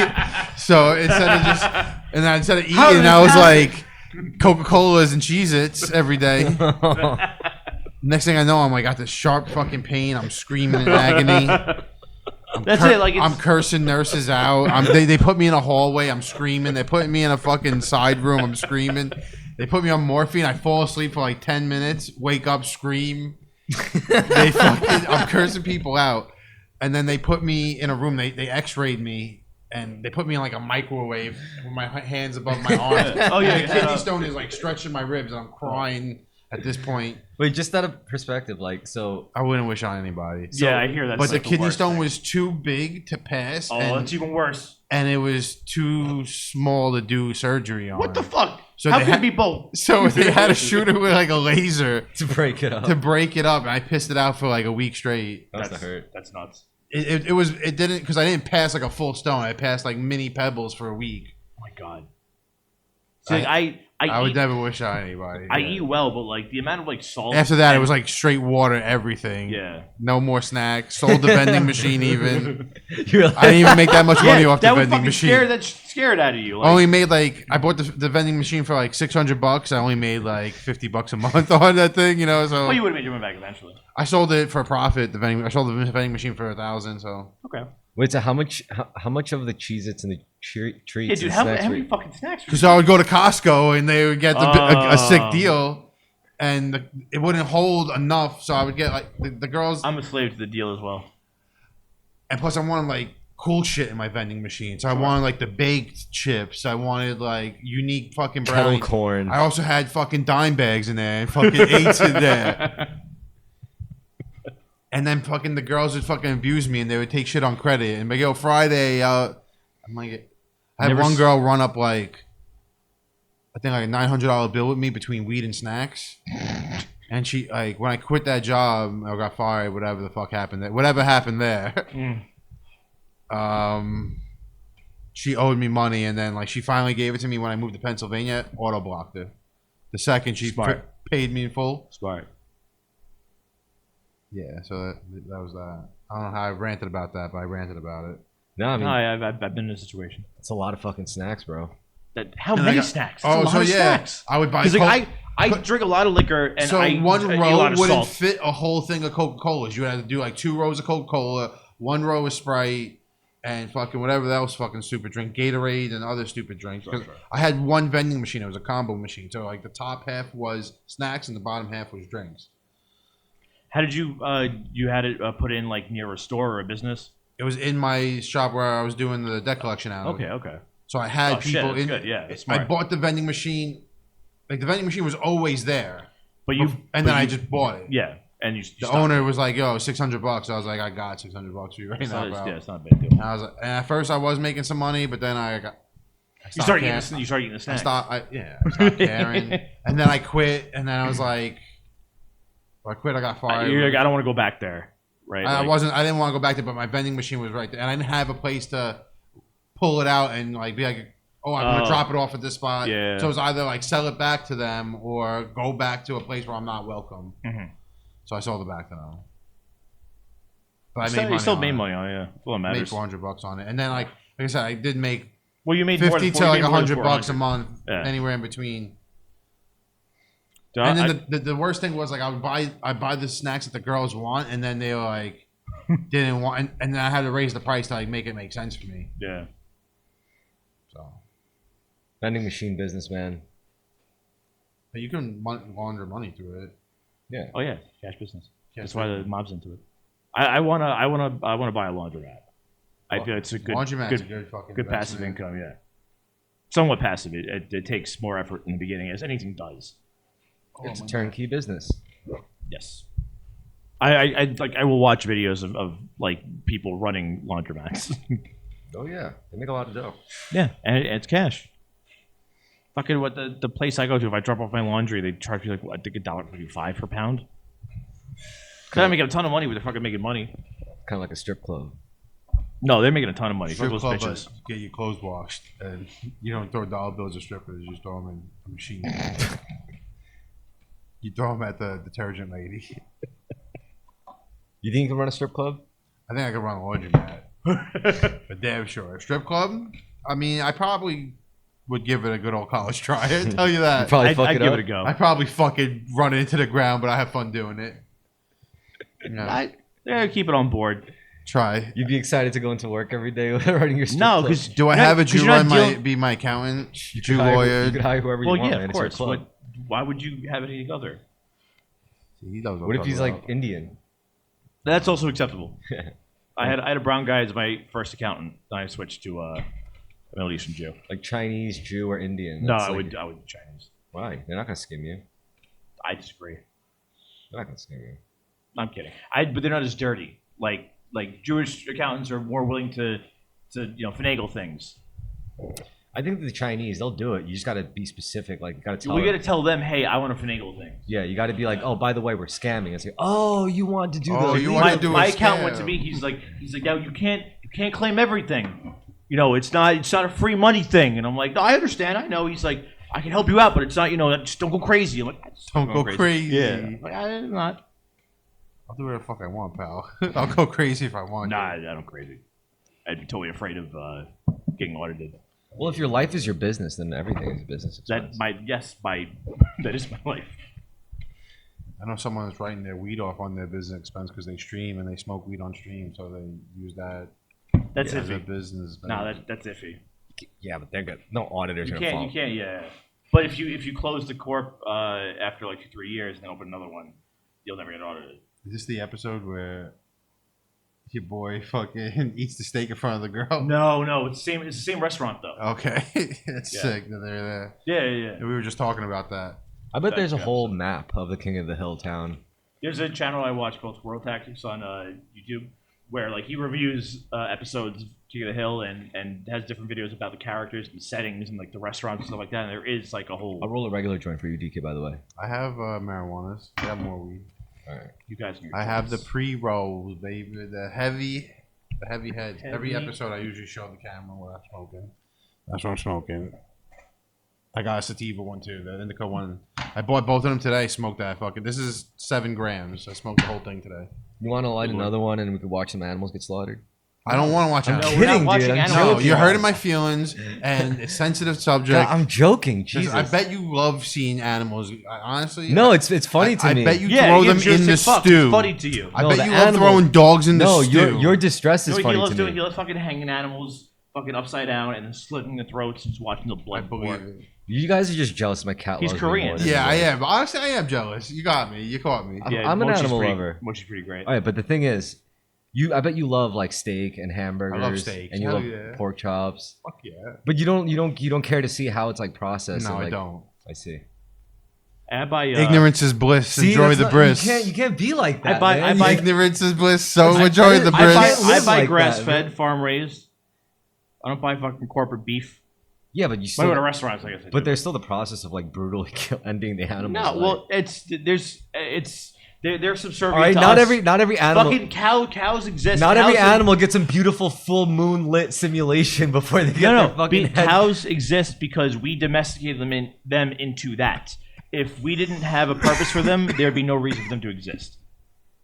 Think about it that way. What I'm asking, like, if we did get on to the point of not needing to kill animals for meat, do you think like you would subscribe to that? If there's another way you can get me a nice mid-rare steak. Yeah, like lab grown to be. No, No, absolutely no. not. It's not because there's a matter of like Absolutely not. tasting what the animal ate, and there's ethical ways to do it. Again, the only reason cattle exist is because we have bred them to exist for us to eat and to move things. So if we stopped eating them, they would die out. They have no purpose, and they can't exist in the wild on their own. I mean, we don't eat that many different animals though.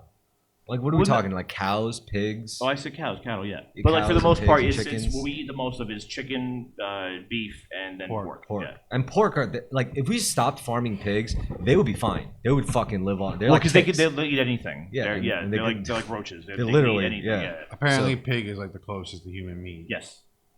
Yeah, and they're also probably You the ever most, had pork rinds? That's what we taste like probably. they're probably the most Yeah. they're probably the most abundant out of the farm animals. I mean, I'm sure we all have eaten human meat. Pardon? You never I'm sure we've all eaten. you never had a little like scab? McWilliams and fucking Well, I'm no moil. no. Dude, I've been to a bris, Sure. and the moil, the guy at the ceremony, like was like bitching that it was taking too long to happen, Oh my god. and like it's, and then like he does the fucking thing. He Yeah. he takes it off or whatever. He sucks And then it off. and then like everyone then gets up and like shakes his hand. No. And yeah, my friend was like, he's like, you don't want to shake the fucking moil's hand. I'm like, no, I fucking don't want to shake a fucking pedophile's hand. They all got up and lined up. I just left. I went outside.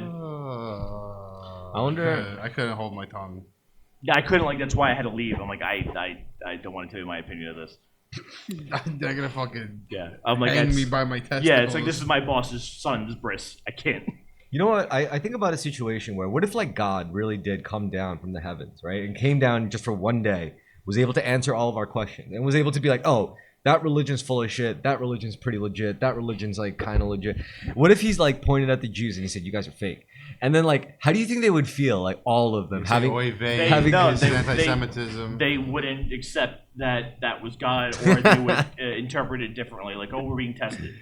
Okay, that's fair enough. If God were to come down, if there was God were to come down for one day and answer everyone's questions and set the record straight, you would get a million different interpretations of that for every person that asked him the same fucking question. 'Cause And people everyone don't who want to is- hear what the reality is. People want to hear what they want to hear. Everyone who was actually there, saw it on CNN, has to just die first. No, like God could be on TV, he could be on the fucking 8 o'clock news, and it'd be clear as day what he's saying. But like every individual will have a different interpretation of that. So you can't use words. What if you just had to beam the truth directly into your head, like as like you just watch this? It's a shame we're too retarded for that. I feel like God could. Well, there'll be people going like, well, I heard something different. Not my brain. My brain's I'm too smart. Well, what if then we could always be like, well, God just told you exactly what you needed to hear. We could say that, but they won't care.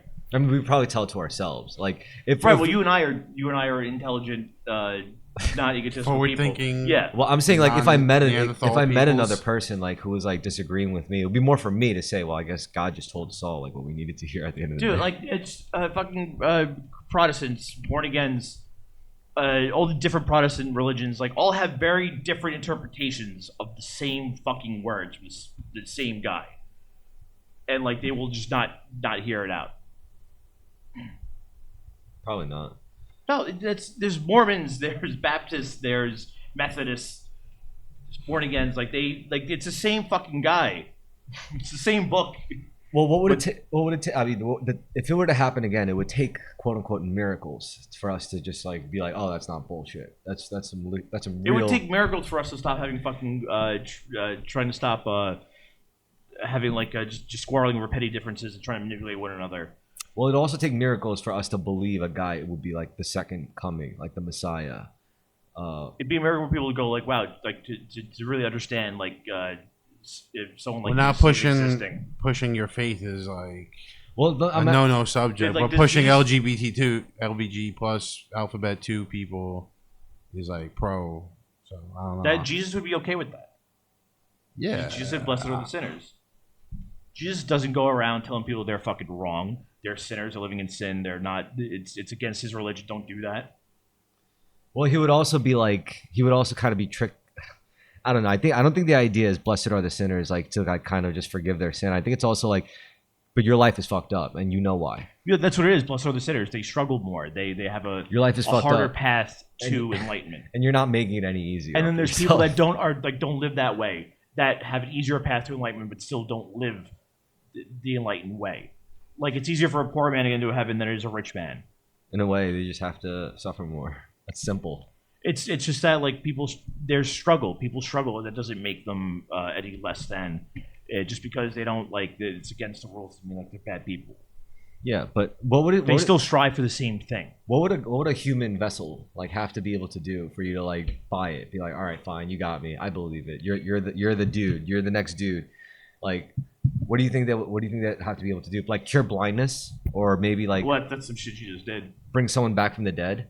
That's some shit you just did. Yeah, like these are that's what I mean. Like they need to be able to do like something like this, like miracles. Like levitate in front of us and for us to walk on water. Yeah. He did walk on water. Something like for us to be like, whoa, this is I've never. That's what those things you could do in like big crowds. Like there's the shit he would talk about to the apostles like in between, and then whenever he had a big crowd around him, he's like, all right, I guess I'll turn these fucking 3 fish and 4 loaves into fucking a billion things. Food for everybody. Yeah. That's why the first miracle is like the best thing ever. He's at a wedding and around a wine, and his mother's like, Jesus, I know you can make more wine. You got to make more wine. It's like, are you serious? Like.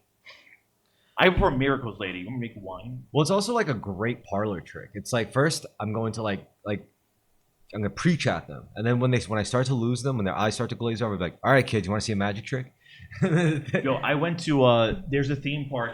I don't know if it's still there. It's a theme park in Orlando, Florida, called the Bible Land, where it's a recreation of Jerusalem 2,000 years ago, and there's like a live tour where like you could walk around, you could talk to like tax collecting Jews, which is fantastic, and like people that are like living in that village, and like every now and then like Jesus will pop out and start doing a speech, and like people in the town will start like walking up and like listening to him, which is actually pretty cool.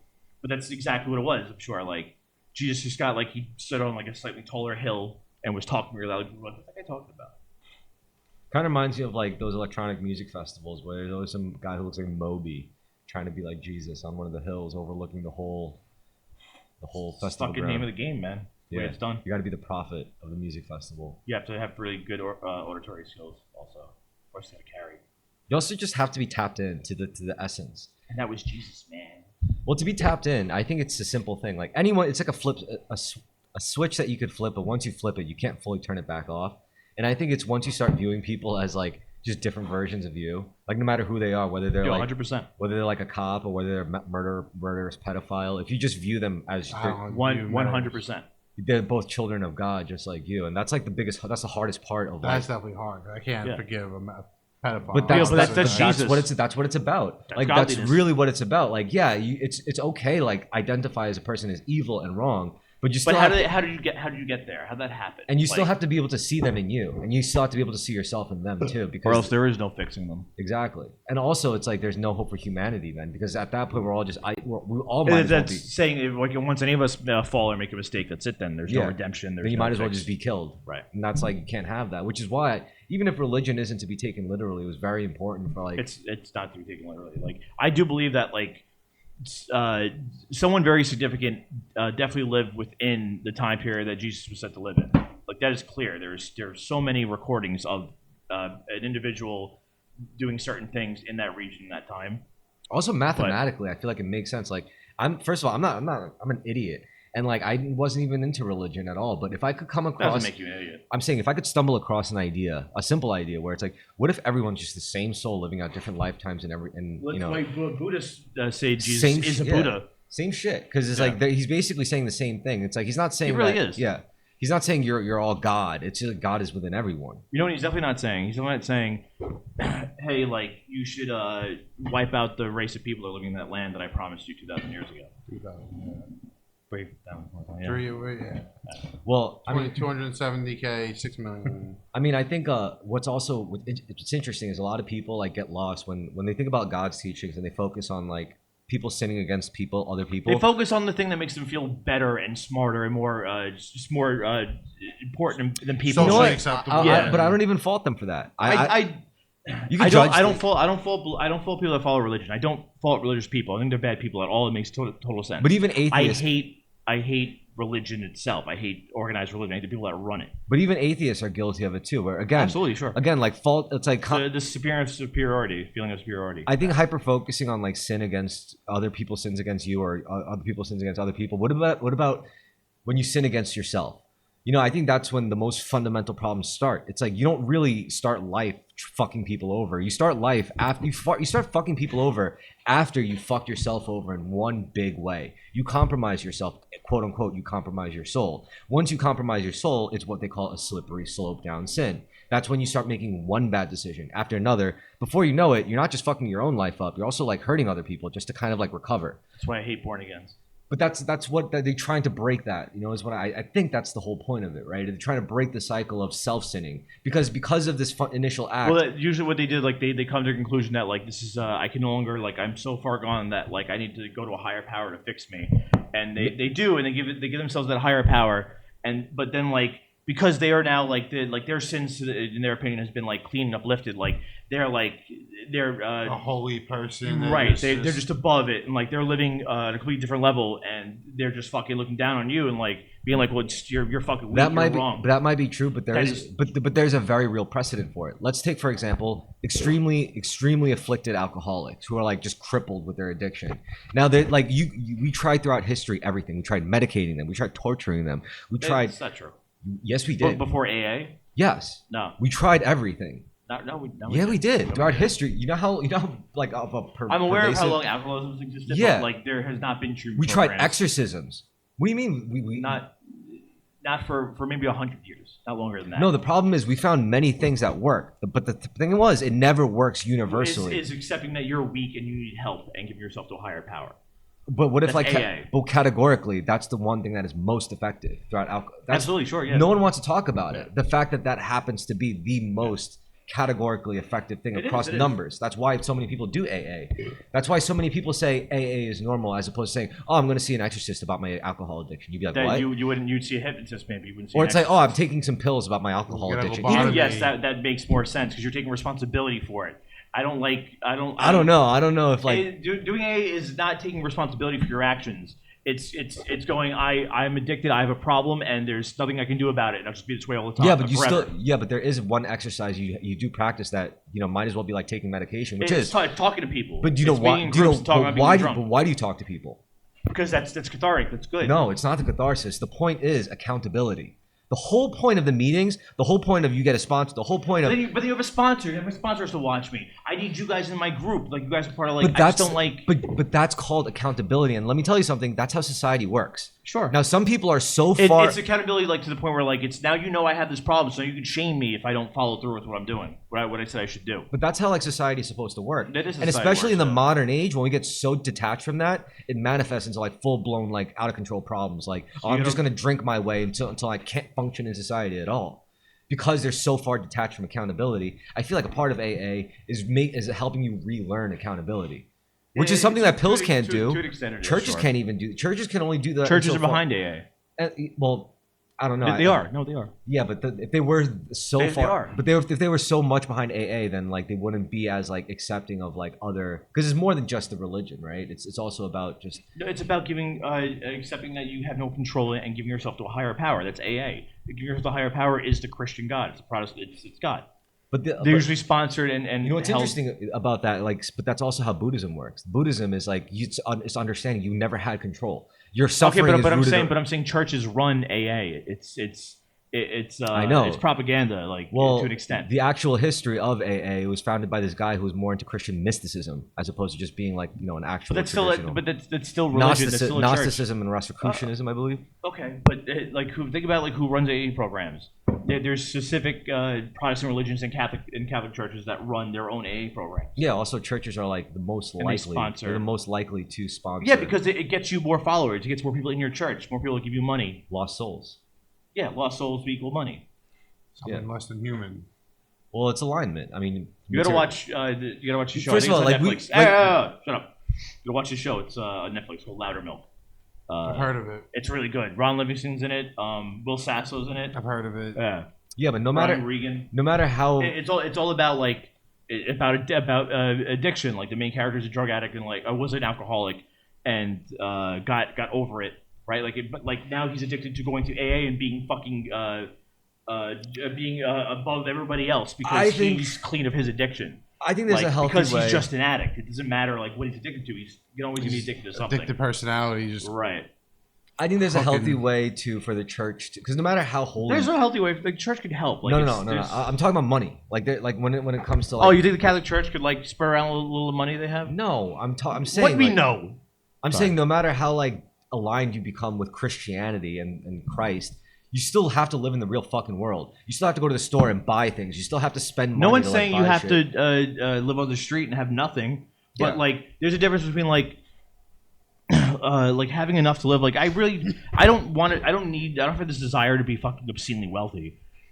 All I care about is that like not having to worry about my rent and like when I buy things that are and But I buy things that are very reasonable, like food, things like that. Like, I could easily live on $150,000 a year without really complaining. That's enough, and there's Sure. enough people that could spread that money around to make that possible for many people. You know what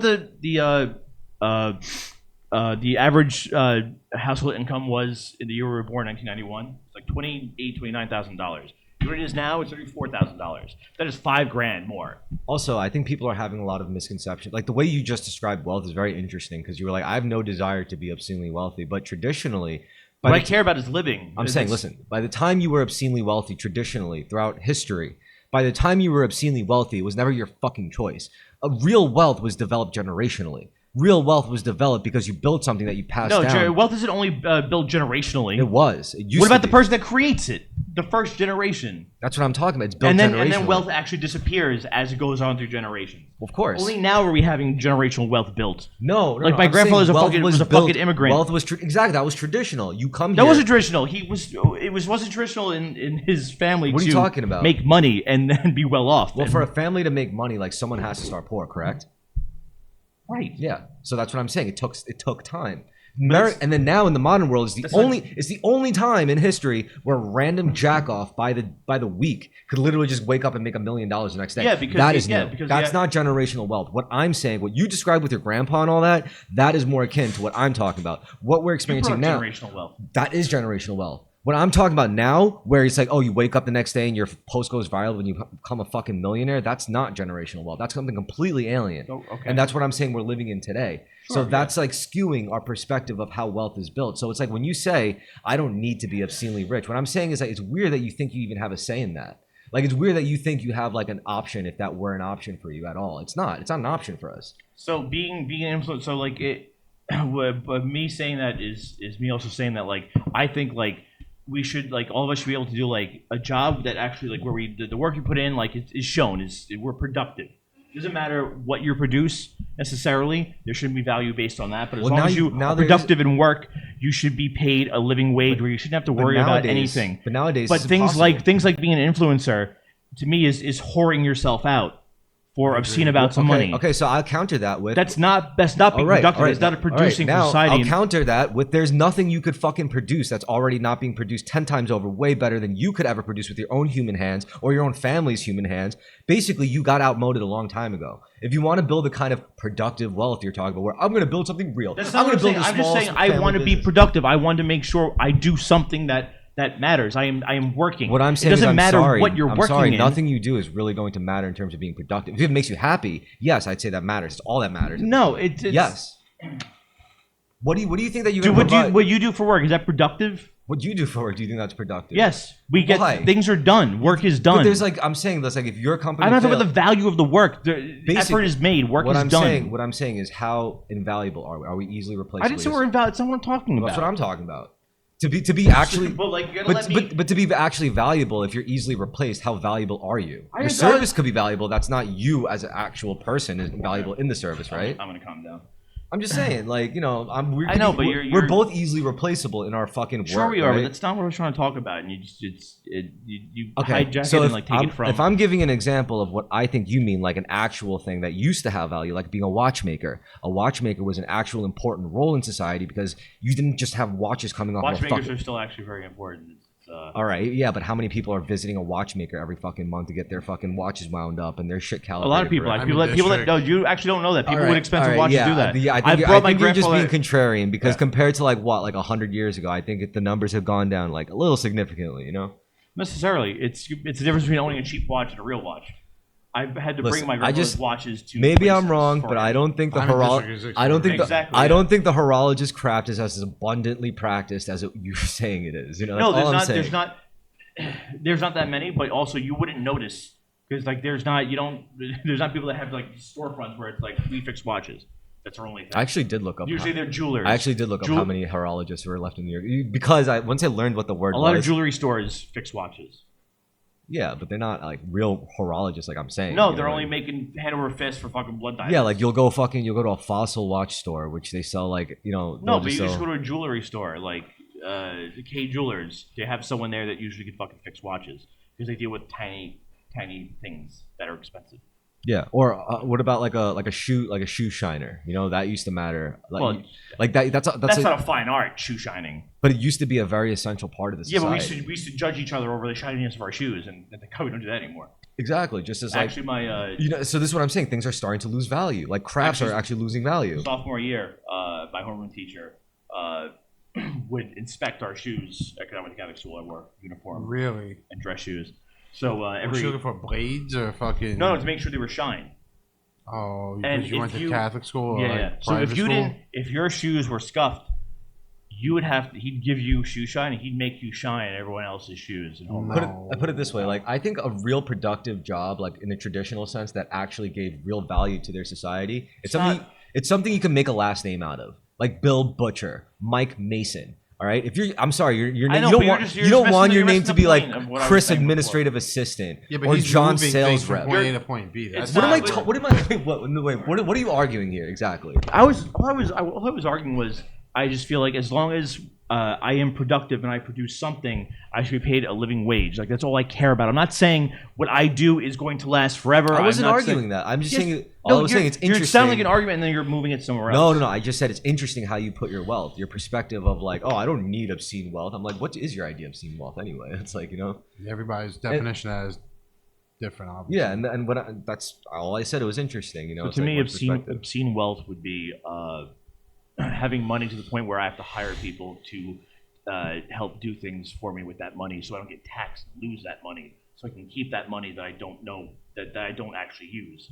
Like I couldn't own multiple homes that in different places, a vacation home that I want to go to every now and then. I couldn't own yachts or giant ships. I couldn't own fucking helicopters and private planes. Like that's insane to me. Yeah, but I again, like I could ask for is enough where I don't have to worry about like running out of money and not being able to feed myself or my family. What would be I would enjoy having enough money to be able to buy relatives of mine and friends of mine things. That'd be nicer. That'd be better. And even that is not that much more money, as long as you're smart about it. Yeah, I don't consider like new money. Well, new money is very different from old money. I guess I should have made that differentiation. You know, like new money, it's just whatever. But old money, that's like real, because that's beyond money. That's like that to me is obscene wealth. It's like not just counting the ones that have lasted, sure. Yeah, like the royal family, like they don't just own money; they own like one-of-a-kind jewels that have been around for like a millennia. They own things that have that like art appraisals and shit fucking take insurance against their art. They own use the fucking. that money. They own the leverage it. They own the Commonwealth. Well, the royal family, I mean, like they ran all of Europe. They own palaces. They own land. They don't pay taxes. They don't have jobs. Yeah. I don't know what's wrong with the British. They should fucking kill their monarchs. Monarchs. They should kill King. What's his name? Charles. Like, dude, like that guy's just fucking. He doesn't pay taxes. You pay taxes for him to live. What's wrong with you, fucking cucks? Fucking Brits. Brits. Leave it to the Brits. Yeah. Europe is a fucking shithole right now. Wait, Europe is a shithole? Yeah. You know how so? Look at fucking Britain and fucking it's like overrun with fucking migrants. It looks like See, fucking I downtown. They're not part of the EU anymore. Yeah, but they're still fucking invading. They're taking over. They're fucking. The Brits also have this issue where they're suffering an identity crisis. Where we're like in the United States, we understand that we're like a mix of immigrants and our culture reflects that. The British are really worried about losing their identity because they've been very careful to not allow people from different cultures and countries to rise. Right, yes. So they feel like they're losing their culture and their identity instead of embracing change, which is what you should do and what we've done so when I was in Ireland, It's like they want to kill off white people. It seems like I'm not good with that. Why? Why? Because I'm white and I don't want my fucking Dude, people you're white. I don't consider myself white. I wouldn't like. What is white? I have nothing in common with people of the same complexion as I do. I'm from a completely different place than other people are. As are they from me. Calling when you call black people a race, and they have that umbrella. They have that umbrella because they don't know which countries in Africa they came from, so they don't have as close of an identity to like culture as we do, as Europeans. Like my grandparents are from Ireland. My mom's father is from Italy, so I feel more like I have a closer connection to those cultures. Yeah, but it's not like Britain's being invaded by Ireland or Italy right now. It's being invaded by people of a very, very different phenotypical demographic. Sure. And they're primarily Muslims. I don't like the whole idea. It's like I shouldn't be proud to be white. Like I shouldn't be proud to wake up and be who I am and have like. You can be proud of your. No one said. Who says you can't be proud of being like what? Like what's your heritage? I'm 100% Italian, and Italy's a shithole too right now. Yes, but Italy's never been able to run anything. But like, who's saying you're not allowed to be proud to be Italian? Who's telling me? Nobody. Just the fucking migrants that come here and say that they're gonna assimilate. Like they don't want to assimilate with our culture. They want to take over. They want to fucking rape our women and kill our fucking girls. That's not what's going to happen. Like people said it it's about happening all over. People the said it world. about your grandparents or whatever when they came over from Italy. Like Italians weren't always white. The Irish weren't always white. Like they weren't included at one point. They said the same thing about them. They'll never adapt.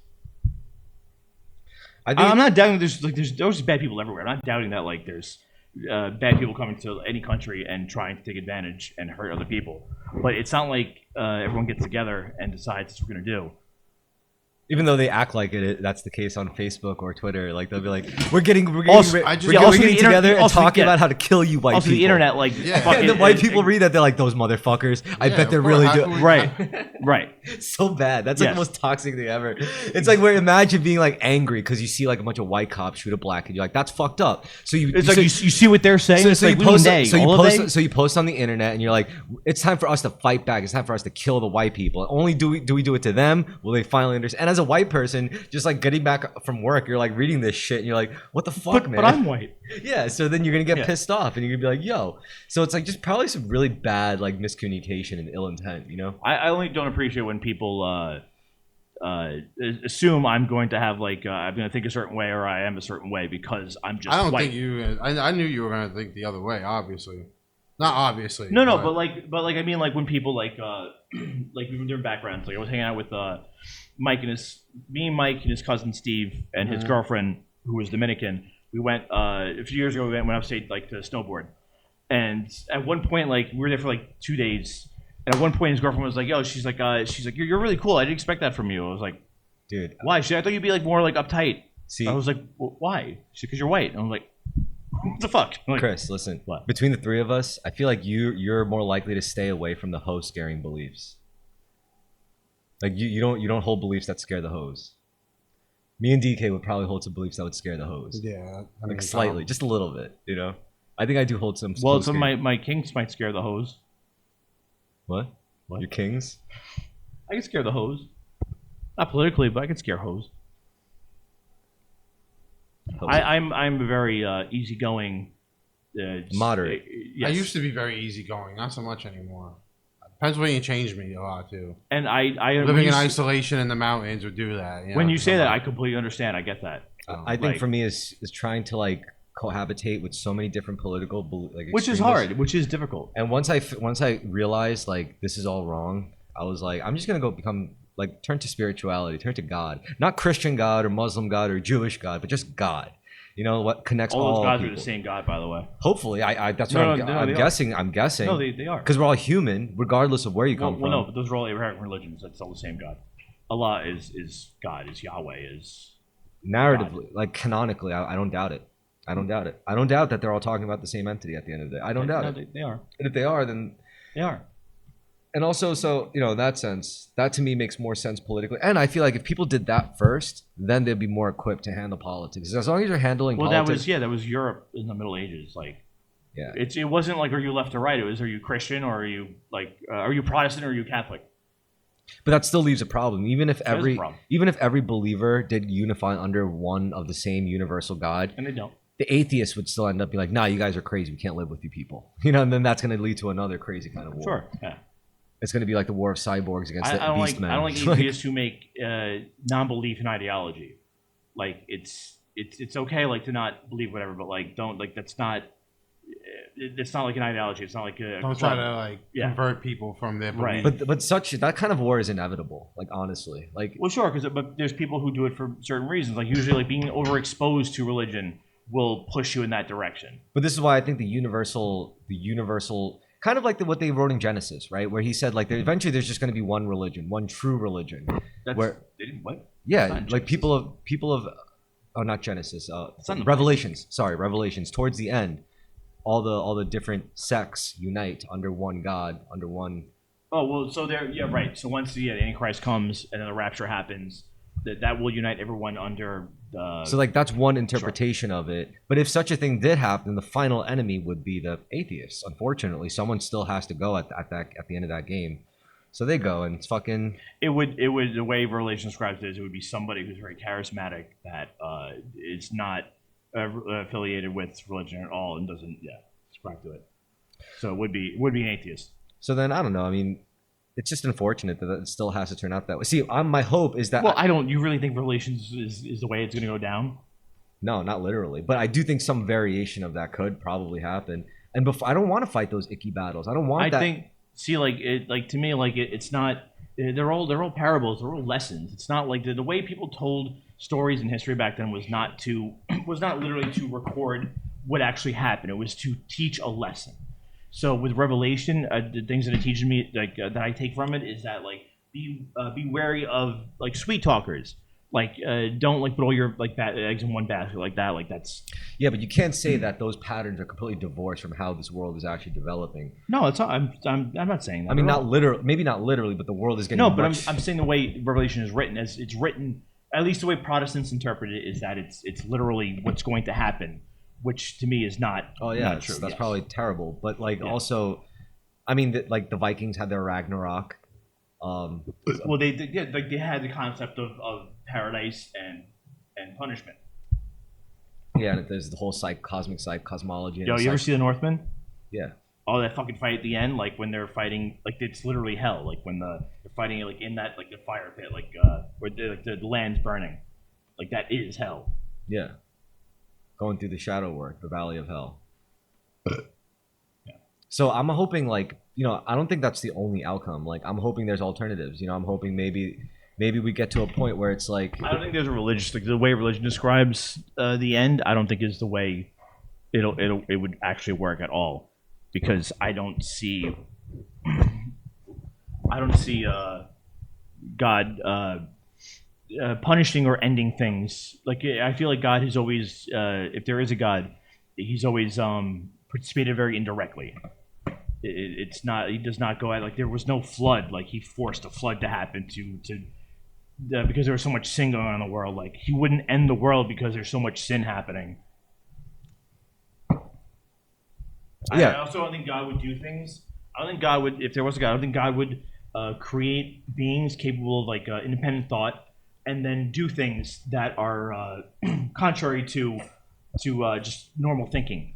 Like he wouldn't do things to make you go like, well, like that doesn't make any sense. Like why? Like he would show you, he would do things like within the rules that we understand things in. Like he wouldn't defy gravity, and then but have us like through the fourth dimension. right, like give us the ability to think that way and like comprehend that, and then break that rule for no like just without doing that. Like, But but it's not. It's not that he's letting us break the rule. It's like you're right now. He's not breaking the rule. I'm saying he wouldn't present these rules and let us be capable of understanding them and then violate them without reason. What if we're supposed to learn how to violate them eventually? That's different. And aren't we doing that? Can we even handle it? Aren't we doing that right now by breaking space time?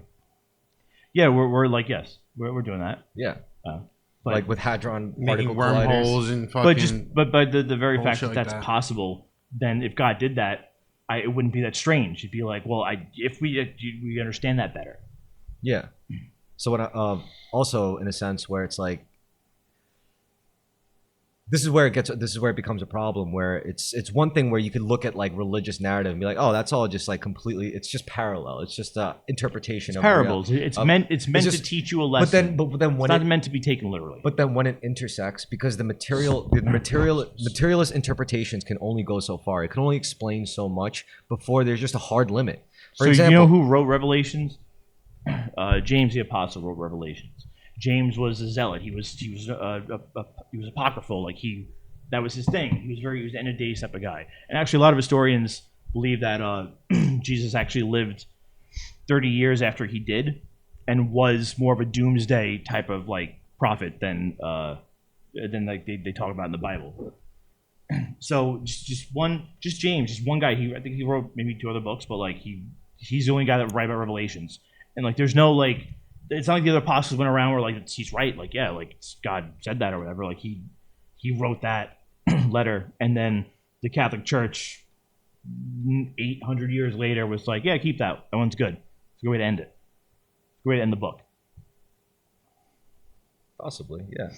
No, that's kind of what. No, I mean the actual, not the conversation, but but like the way it took place. I mean, the Catholic Church put the Bible together way after the fact. yeah. I mean, don't get me wrong. There's also, that's like we said, that's one interpretation. There's also Sure, and also I'm saying like some historians are like buying into the fact that like there's things like that. Like we really just don't know. Like it's not. Don't give you 100% right. There are some. This is why I look at the practical uses of, say, spiritual practices as that's my favorite part of it, because it's open to interpretation. I don't- You're learning something but from it. You're that's- not literally taking it. But as I don't it's care not. about the things that are open to interpretation. I care about the things like this actually helps you in real life consistently across every pattern. Well, Why though? You're taking the lesson and applying it.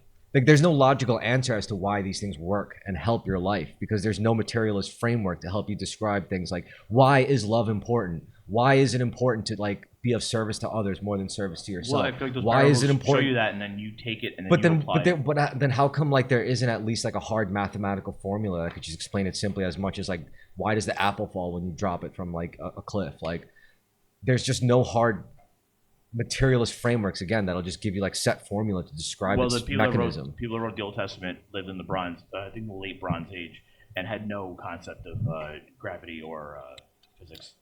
So. Well, I mean, I think what was more fundamental than what had to come first before like those, what we're talking about with the whole physics and science, is first they have to establish what was beautiful. And I think a lot of that happened wasn't even like within so much the Christian canon. I think it happened. That happened in a lot of cultures. What was the Greeks did it with I their know, gods. They I took think, things. I think it was very, sorry. I just wanted to finish this I thought. can't interrupt him. I wanted to finish this thought, right? Because what Oh, was, you want to finish your thoughts? because I started the beauty, all right? I brought in the beauty angle. Sure, Okay. fine, yeah, so yeah, fine. yeah. And I said I was going to say it was the Greeks. Why? Because they introduced Western theater. And the thing about Western theater is you're able to see this one repeatable event. This one repeatable They took performance. things they couldn't explain and gave and made it magic. Made it Well, on top of God, made it a superpower. Yes, that's true. But it also gave you the ability where, let's say on a Thursday, right? Where we say, let's go watch this play. And let's say you're a sculptor. So you sit down, you watch it, and you say, "Wow, that's so crazy." You know, that's such a crazy image, right? But then, right, you say, "All right, that was so good. Let's go see it again 2 days from now." So they see it 2 days Yeah, from what the now. fuck else is it? However, they see it from different seats. So that sculptor now is watching this play from a different seat, and then he sees something completely different. Yeah, that's- so what this taught them was perspective. So this whole repeatable theater element taught artists perspective, taught them beauty, and that's what gave, I think, the basis of like study into physics and all sorts of shit and like light and all that stuff. So I think like that beauty had to precede before like those crazy. Well, the recognition of beauty and like and not being able to explain it is where I think religion comes from. Yeah, you had to develop a language to Yeah. cultivate a sense of beauty, Yeah. and I think this is why it was important. Like, Why like it rains every randomly like that? I can't explain why it does. There must be some extraterrestrial supernatural power that I'm unable to be able to see or control that is making that happen. yeah, Yeah. but it's Or interesting. when we have a good season, there's a famine all of a sudden. Like there must be a reason for it. Like there must be a force that is upset with the way I masturbate or something. I don't know. Also, what's also interesting with the Greeks, it's like it's less about like it's funny because if you look at their virtues and their They're not like Protestants and Christians where they're like, this is like literal. This is no, they're literal Satanists. we met literal Satanists. I mean, sorry, I shouldn't say literal. That's a horrible word. They're pretty much Satanists in a sense where if you look at like Lucifer and like Lucifer's role, what did Lucifer really do in his canon? It's all about self satisfaction, like doing what feels good. defying God, who is the king of order, and all that was beautiful and all that was good. But how is good the Greek religion to defying God? They No, created? there's a parallel. I'll tell you the parallel. So there was a God, the Almighty God, who created all, and we all have to serve God because God Zeus. is God. And What did the then Greeks Zeus? then Lucifer stood up to God. And then what happened? Well, no, we're talking about Greeks. Yeah, but there's a parallel. It's not Lucifer. It's Zeus and Hades. No, I'm talking about right now, starting with Lucifer and God, right? So you're not talking about Greeks anymore. There is a parallel. So with the Greeks, it's Zeus and Yeah, Prometheus. it's good versus evil. It's Zeus and Prometheus. Zeus was the oppressive ruler, the But god. Prometheus isn't. Prometheus is what?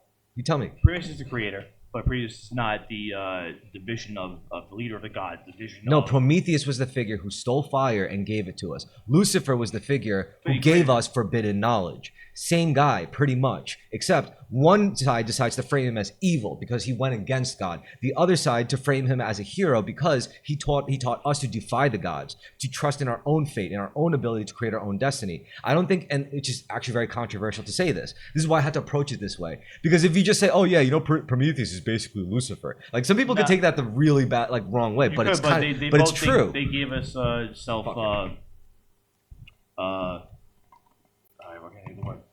But they made us like self-aware. Yeah. Yeah.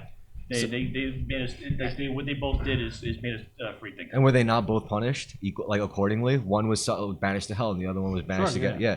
So I think like it's A lot of these religions come from the same common religion.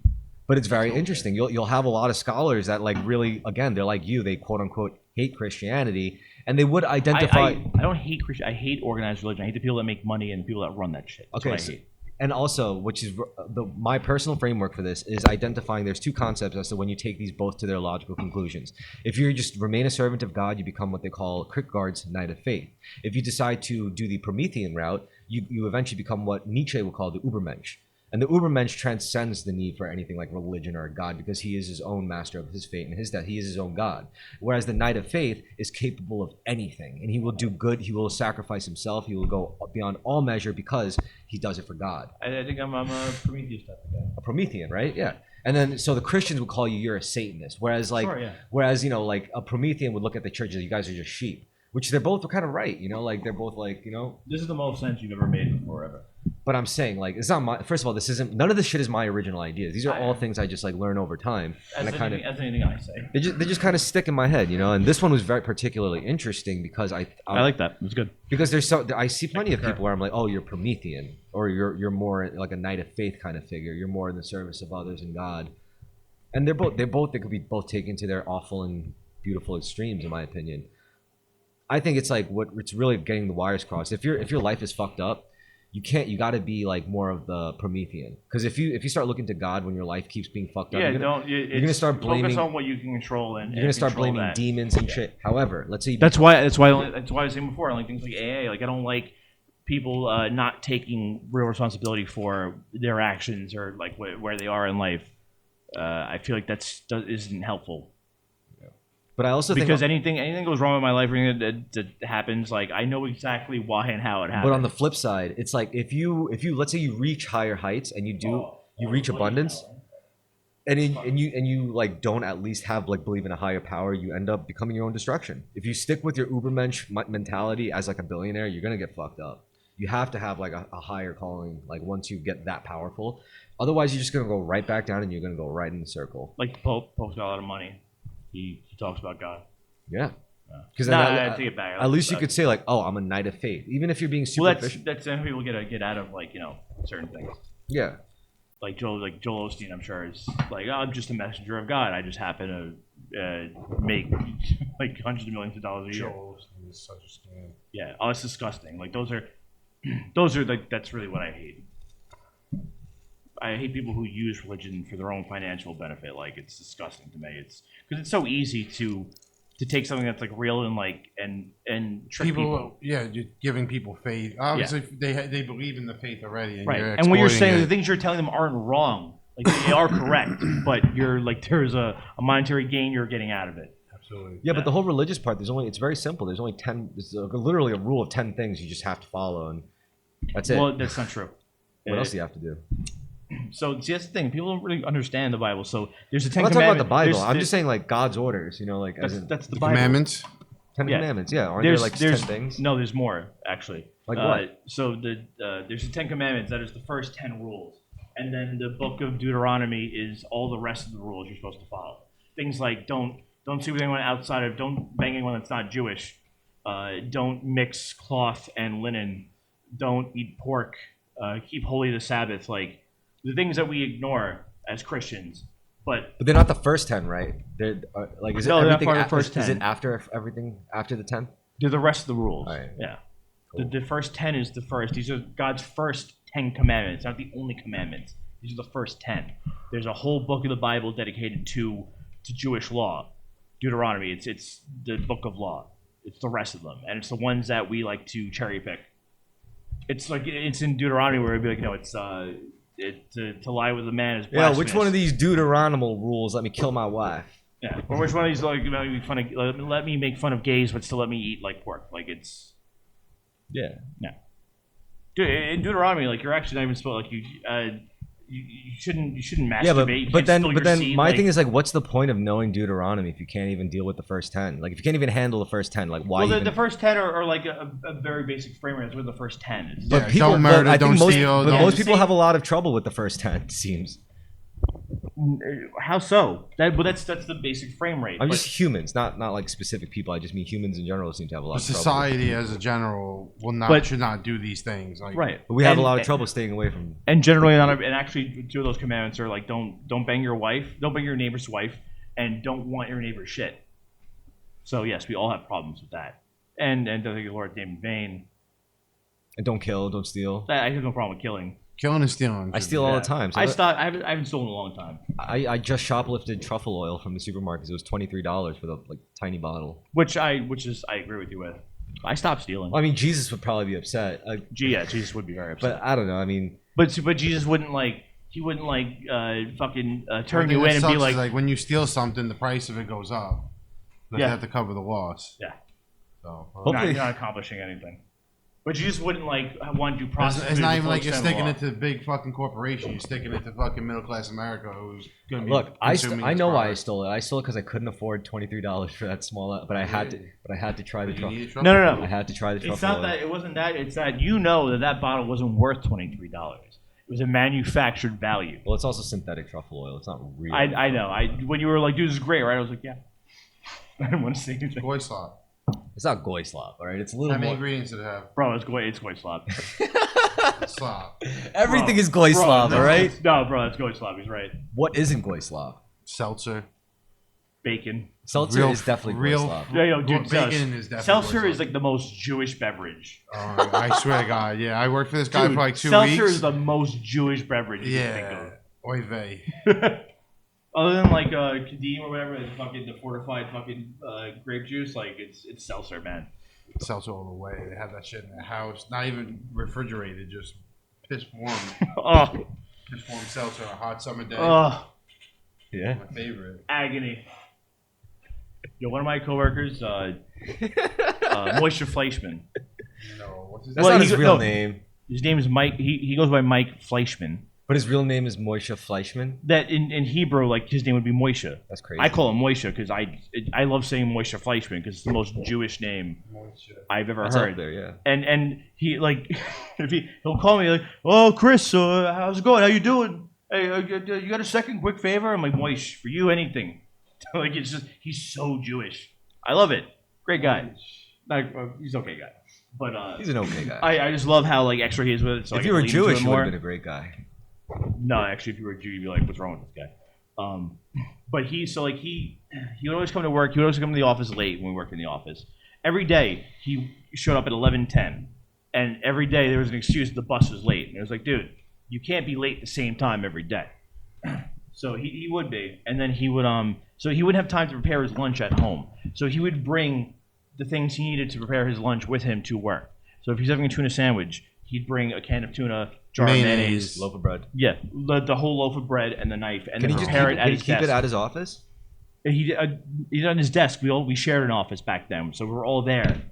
So one day, this motherfucker has gefilte fish. No. We like, Lost your minds, right? yeah, we were like, bro, get the fuck out of here. Like, what? It's my lunch. It's like your lunch smells like shit. You fucking get out of here. The Jews were like, dude, get out of here. Go eat that outside.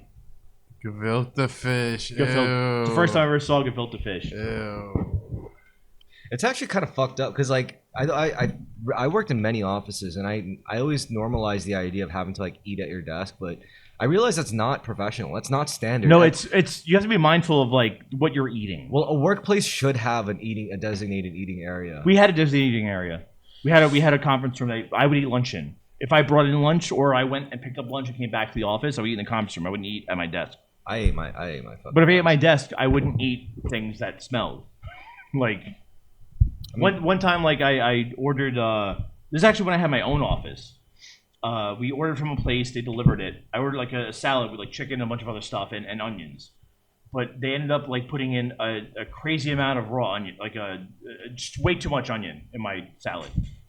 And then one of my bosses came over and he's like, "Why the fuck do you order so much onion? It fucking reeks in here." I was like, "Dude, I'm sorry." He's like, "Yo, no more eating in the office." I'm like, "But, like, What am I supposed to do? yeah." I'm like, "Dude, I didn't order this much onion. I'm not even eating these onions. I'll throw them out." And he was like across the hall. He did a different office. He walks into my office. He's like, "Bro, it's crazy. Yo, Why my do you eat so much onions?" my favorite story is how Ruben used to work with this guy who worked in like an enclosed office, and he vaped so much that the walls went from Yeah, white yeah, to yeah. yellow. Yeah, Like nobody would share an office with him because of that. Yeah, Like, yeah. That's so funny. that's what's the guy's name? Albert. I gotta cut my time Yeah, it was short, Albert. fellas. Yeah. That was the guy with the. I gotta cut my time short, unfortunately. See I that? wish I could stay Oh, and no, finish actually, the the rest podcast of should it. be over. So you stay for the whole thing. Well, Is it? for Yeah. 2 hours. It's got like 17 minutes next left. time, We got fellas. 15 minutes left. You do a little goy fucking hypnotize machine to them. Good night, guys. Good night. Right. You know what I'm saying? Fucking keep your buttholes tight. Always. I grew up Catholic.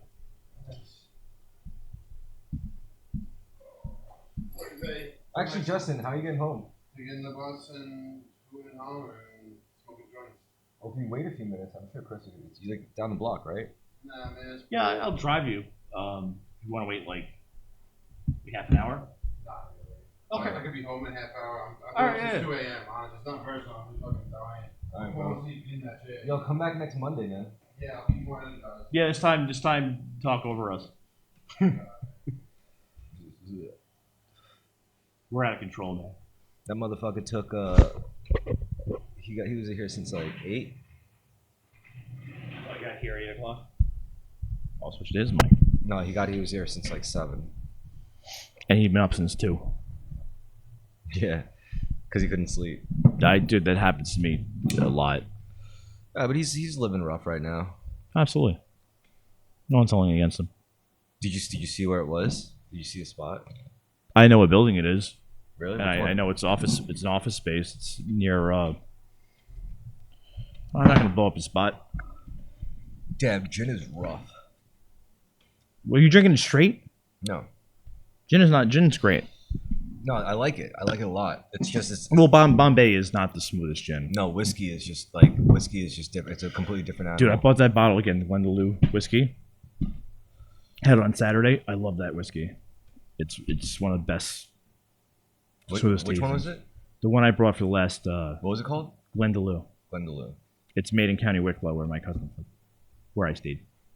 Yeah, I went to my dad's Oh, how was that? on the 4th of July. I brought like a $90 bottle of scotch.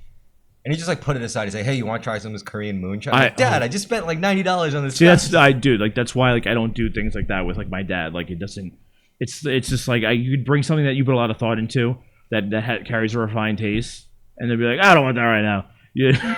Well, don't get me wrong. I mean, yeah, I get it. Yeah, it's just so funny because like he's the one that like. But my dad should know what I'm talking about. Your dad should know what you're talking about. I guess. I mean, yeah, you're right. You're absolutely right. It's just he's it's funny because he'll put like Bookers in front of my face. He's like, "Yeah, you ever try some bourbon?" I'm like, "Are you serious?" That's my dad. Like my dad loves rum, like just fucking like clear rum, and it's just like that is the least like That's a cop drink. yeah, like he loves rum and cokes. It's just like that is just like you're just drinking wrong. That's I'll drink some Jameson or Jack Daniels or Johnny Walker Red. It's good. It's like no, it's not. Fucking cheap shit. The one thing what I will respect. My dad also has no taste buds because he's been smoking for like 40 years. I was gonna say my dad's probably like that too, but I was gonna say like one thing I respect about it is that they're drinking to get drunk, and like a lot of people don't drink to get drunk. No, it's different. It's not that they're doing that. They don't have the same appreciation. They can't tell the difference between things. Like they're not drinking to get drunk. It's just they're not thinking of it the way that like I would think of it or you would think of it. Where it's just like, oh, like I want to drink quality stuff with a good taste and not be massively hungover in the morning. Whereas they're like, that makes sense economically for me. I know that brand. Let's buy that. I'm just gonna mix it with Coke anyway. Yeah. Which is fine. I think my dad kind of likes. He likes what he likes. He likes cognac. He likes fucking. Interesting. Yeah, he likes Hennessy. Yeah. He's into that shit. My dad likes fucking like rum. He likes Stoli's orange. Like, just like so basic, so white girl like thing to. Smokes Parley hundreds. Man's got no class. Oh, okay. I know what my dad's problem is. So apparently he works in hospitality and food service. So like his thing was, he's like, son, like, I cook a lot, right? And I'm a pretty decent chef. I'm like, I'm sure. He's like, but I hate cooking. Like, you don't understand when I say I hate cooking. Like, I love cooking. hate cooking because he's every day. That's his whole shit. He doesn't care. Like I told him I made risotto. He's like, oh, that's great. I bet we could. Our store makes like fucking like a bunch of it. Like, and it's like it's good. Yeah, but there's no love in that. You like the risotto you made. That was love there. Well, he was like all about efficiency and shit. So right. I thought about it, and like I'm sure it was because he spends mad money on like good ingredient orders like saffron and stuff, which is fucking expensive. So he knows what he's doing. It's just It's just but funny. he's mass producing it. He's not making it for friends, and like he's not to the gonna, point where like, he hates it. He actually hates it. He Yeah. doesn't enjoy it. That makes sense. He loves fishing. So he'll go out on fishing boats, and then he'll like interact with guys that work those fishing boats, and they all say like, "I hate fishing, Teddy. I hate it." Yo, guys who run party boats, yeah, they can't stand it. They're like, "I used to love fishing, and now Yeah. I can't stand it." Because you got a bunch of fucking people who pay like $50 on the boat to bring beer, and like they get drunk and like maybe they catch a fish, they don't. But if they catch a fish, they don't know what to do with it. They didn't bring a bucket with ice. They don't know how to fucking put it down. They're like, "Can you just descale it for me?" Yeah. So then now I think that's why he likes just simple shit or he likes, you know what? Actually, he likes good shit, but he likes non-complicated ingredients, very simple. Like Nah, he likes it No? when he just likes buying it. He likes to go to all the because Yeah. he lives in like around Northern Boulevard where all the Korean Ooh, or okay. all the local Korean That is spots prime. are. Like, yeah. So like when 4th of July, I go over. He was like, "Did you get like did you get my stepmom to like cook?" And he was like, "No." We just went from restaurant to restaurant. And as soon as because they all knew him because he's been Well, living he works in the industry too, and he lives in the neighborhood. that his whole fucking Dude, that's life. why like I also like miss like it's. I want to go back to Brooklyn. Like, it's I want more familiarity with places. I feel like even here, like I've lived in the same like neighborhood, but like there's not. There's I don't know. I just don't feel that same enjoyability or pride or closeness. There's only one way to do it. It's first of all, it's more than just talking to people. It's you have to like go to places. I hate doing that. You have to go to places with friends. Yeah. And just spend mad money. I know, And and that's- every restaurant owner, like if you do that consistently with them, they'll just be like, yes. They'll love every time they see That's you. why there's no restaurant owner in New York that knows me. I think that's the only reason why my dad like is friends with all the restaurant owners because I'm pretty sure when he was younger, what they would do is they would go to restaurants, get too drunk, and they would fuck a guy Yeah. up, and then they would break shit, and they'll be like, "Oh, we're so sorry," and they'll pay mad money. See, And the restaurant- bartenders know me, but restaurateurs nuts. well, because Koreans don't have bars like that either. Koreans, Yeah, their, it's a different their restaurants culture. are their bars. Yeah. like, which must be rough for the restaurant owners, but keeps the shit simple too. Bro, you know how much fucking money they're making? Markup on the alcohol. See, that's how you can keep prices low on your meals if you're selling that much alcohol, because you could like still like you could charge $11, $10 a drink, $9 a drink even, and you're still making money, and then your entrees could be anywhere from like $23 to $38. I feel like I could. I don't think I could. I don't know. They'd be really arrogant of me to be like, I could like run a restaurant or I could like set up a restaurant. I think I could run a restaurant, but I wouldn't know how to set it up. I know what parameters should be there. Short menu. 6 appetizers, 4 main courses, 3 desserts that change seasonally. I don't think I'd be into restaurants. I'd be more into like creating like a product. A product. Experience. Like no, like it's like everyone knows like fucking fuck.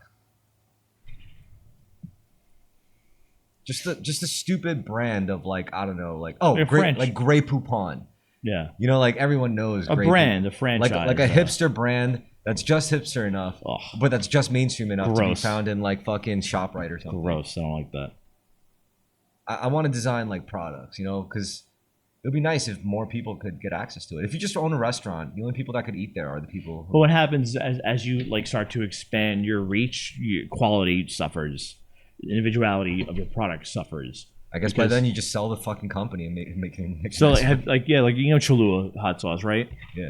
It doesn't taste the same anymore because they sold to a big conglomerate 2 years ago, and now it's in more supermarkets and delis, but it doesn't taste the same, and their sales are suffering because of that. What's the one product you buy regularly that you don't think you can make yourself? It's a good question. I'm sure olive oil is like fair enough. Like that's a Yeah. pain in the ass. Definitely olive oil, and in particular my olive oil. Salt, like sugar. Right, but like I don't buy like a lot of like specific rubs. Like I buy salt, pepper, cayenne pepper, red pepper, chili pepper, like just like onion powder, garlic powder. And then I'll buy like adobo and then an Old Bay. But I don't buy a lot of like mixed rubs or whatever or powders because I could still do that. But like it's the raw ingredients that I can't make. I can't make fish. I can't make beef. So those are things I buy, and everything else I try to do on my own, I guess, put together. Like the process, like sauces. Sauces. Like making your own paste. Yeah, I've done that. I've made my own chili. I've made my own chicken noodle soup. And then like once I was happy with how I did, then I started like fucking with it. Because I was just making it for me, which is a lot easier. It's hard to cook for other people. Like that is what's difficult to me, because I'm considering other people's taste and not my own. And you're looking to do like something that's kind of consistent and like or almost neutral. I think if you make it right, like that's another thing. Like 'cause specific things have to just be made right. So like I said, we did a friendsgiving once, a few of us, and I made candied yams, and I never made it before. I made it for that dinner, and I just looked at the ingredient. I found a recipe. I followed it, and I was nervous about how it would be. So I was like, you know what? I'll just double the shit that tastes good that the recipe's telling me. I doubled the butter, I doubled the nutmeg, and I doubled the sugar, and it was fantastic, from what everyone had told me. Yeah. No, because I'm not like it's also just not about me. It's not about like I don't because I'm in control of what I'm cooking. I don't like overdo it if I don't have to. Like I do things that are unhealthy if I don't need to. Like I could easily like add too much salt to like a steak, or too much sugar to a barbecue sauce. But if it's just me, like it's why am I gonna do that? I could live with this taste. But if it's for other people, you want to overdo it because it's not. It's you're not thinking about health. You're thinking about just overall like taste and enjoyment, and like that's why vegetables at restaurants taste so good, but at home they don't because they use like a stick of butter. If you get a small bowl of vegetables, like they just use a ton of butter.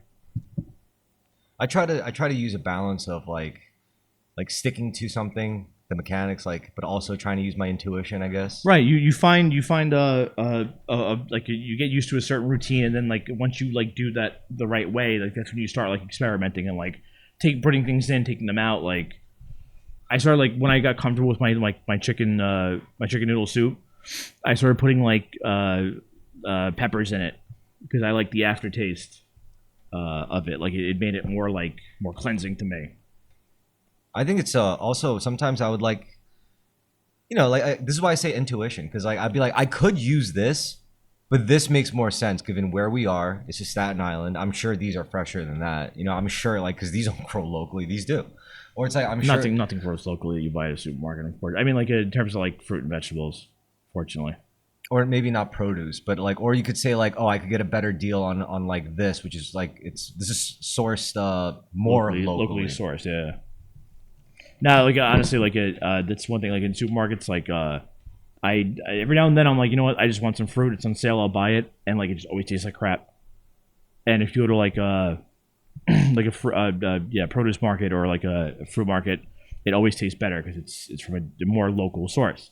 Because the shit that's in like we buy in supermarkets, like it's all from like Ecuador and like South America, and it took like 3 weeks for it to like be pulled off the vine and then to get here, and it's fucking chock full of preservatives, and it's not natural. Doesn't taste right.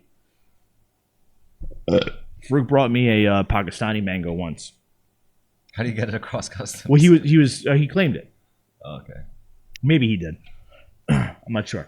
But like because he was there, he brought it. He brought a few of them, and he sliced them up, and I ate them. I'm like, that's the fucking best thing I've ever fucking tasted in my life. Like it was just so. It was smaller too than like the mangoes we get. It was much thinner. It was more. It looked more like a squash, but more compact. But like, oh my god, just that taste was just perfect. So juicy, so rich, clearly full of vitamins and not crap. You ever see cases where the packaged store-bought shit just tastes better? Oh yeah, you mean not fruits, not just fruits. But no. Yeah, like store brands. Yeah. You mean, right? Yeah, because they do. That's I buy store brands because being in my business, I've understood that. So like when like ShopRite wants to make their paper towels, they go to factories that are that produce Bounty for Procter and Gamble because they make a quality product, and they will like knock off like a 20%, 25%. Yeah, like the generic shit, like CVS brand. Yeah, those are made by the name brand companies. They just get a better deal on it. I like because sorry. Did you notice that these stores would like have not used their own store names anymore? They would create like another. They create a different brand, like. BJ's is Berkeley Jensen. Sam's Club has was it Good Value or Great, like whatever, like ShopRite has Bread and Basket. Yeah, because they're building a brand. My company does that. We have. Yeah. I actually like I helped I tried to inspire a certain line. I helped come up with the name for our candles, which is White Swan. And then when we were making our own, I think we made our garbage bags first. We call them Trash Away. and we're gonna make aluminum foil. And my boss was like, "What should we call it?" I'm like, "Wrap Away." And I was like, "Yo, I'm like everything we make, like Call it make Away. make it that thing and away." Sweep away. Yeah, exactly. Yeah, I went on like a fucking rant. I'm like, it's like, yeah, swept away, smell away, like wipe away. I'm like, dude, like, and they did that. We stuck with that to a certain extent. So we have like, and then they ended up going into creating their own.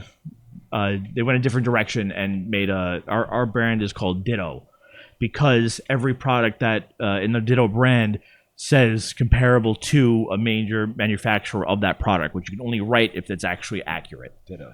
Because Ditto also means same as. Because they were like, the Skoy can't, how dare he like come up with this great name brand idea. They hired a Jew to figure out Ditto. Huh. Yeah. But that makes sense. Ditto. And I talk that shit up all the time. No, but what I really meant was like, yeah, you could get something that was like made, you know, specifically at like a specialty store, or you could just pick up like the name brand shit that comes in like the box, like a cake. Right, and then but there's different concessions we all make to that.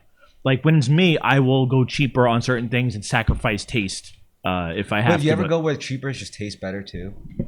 Well, there's an in between. Like just cheaper doesn't necessarily mean like less quality, but there is a scale where like you go cheap to where you lose quality, but there's a nice happy in between where it's not as expensive as an artisan thing or like the top name brand, but it tastes just right and it's just a little bit cheaper because we're all fucking living and struggling under capitalism, Ivan. I never said we weren't. I know. I'm just thinking like fucking. First of all, I'm also against capitalism, but just as much as capitalism, I'm also against communism. I'm not a fan of communism. I'm not pro communism. If you put me in a capitalist world, I'm gonna figure out how to You're do in a like capitalist communist shit. And if you put me in a communist world, I'm gonna figure out how to do capitalist shit. I'm just a rebel, I guess. Hey, bull and basket. What? I got this at ShopRite because it was $1. Bowl and basket, bread and basket, bowl and basket. There's actually sodium benzoate in that, which is a pretty terrible preservative. But I was thinking cake because supposedly, like all those fancy boutique shop cakes taste like shit. Oh, the really fancy, expensive ones are Yeah. fucking terrible. They're stupid. They look pretty, but they're not good. But then For my mom's last birthday, she took my grandfather's credit card and bought herself a $140 cake. It tasted like crap. yeah, but the picture lasts forever. Well, exactly. That's why she wanted it. She wanted the picture. My mom's like 14 years old. But it lasts forever. It's Yeah, actually my it actually my depends mom's on- 14 years old. She wanted people to see like, wow, what a great birthday she has. She must be living the life because she got that expensive cake that no one fucking likes. But it looked nice. It looked great on camera.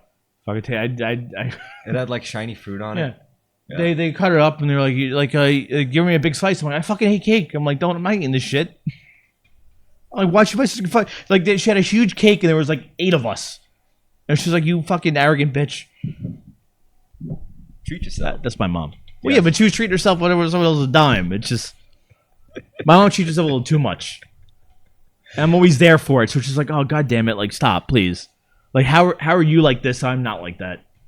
Well, obviously I'm not like that because she's like that. But it's just like, oh, You know what you should do? what? Next year, like literally just bake her a cake. It doesn't have to be a great cake, but just, put some effort into it and just bake her a cake. You don't know my mom. My mom would, if she bought herself a better cake, she would like very nicely shame my cake. She'd be like, "Oh, thanks, it's really nice of you. I And then- appreciate that. yeah, I'll yeah, have yeah. this tomorrow." Yeah, Like, do that. Yeah. Do that expecting it and then cry. I just start crying and be like, you never appreciate anything I do. No, my mom would turn that on me. She'd be like, "Well, I didn't ask you to do that. That's your problem. I always ask you how are you, how you're feeling. You never tell me, dude. You don't know my mom. My mom like And then just get her super angry. she'd on be her like, birthday. she's like, well, this how she is. This is my fault. I actually do casually do that. Like I will like I'll like just fucking bust her chops just for no reason, just because I can. Just purposely make her like a cake, like a 6-year-old made it. So I worked really hard on this, mom. No, I like it. Like I'd be like down there, and she was like, "Oh, like I didn't know you like you like fried eggplant. You like I used to love my fried eggplant, right?" I'm like, "No, mom. I'm like I didn't eat fucking fried eggplant for fucking 10 years because I hate your fucking fried eggplant. I'm like you're a terrible cook, awful. I'm like it took forever for me to find this. She's like, you're kidding. I'm like I'm not kidding. I'm like no, I hate your food. Yeah. She's like, well, she's like you ate it. I'm like, what? She didn't say anything back then. No, my mom is very good at warping everything into to her world. Gaslighting? Sounds like gaslighting. Yeah, but it's like it does sound like gaslighting, but she's not good at it because it's very obvious that she's trying to do that. No. Yeah. Like she's very arrogant about how she lies. Like actually, so one thing I liked is my mom will if she got something like that looks expensive or a name brand and she got it for like a good price, she got it pretty cheap, she'll tell you about it. Like she'll be like, look, she's like, see these sandals? I got these sandals. She's $8. But then like she'll be carrying a Michael Kors purse and won't draw any attention to it.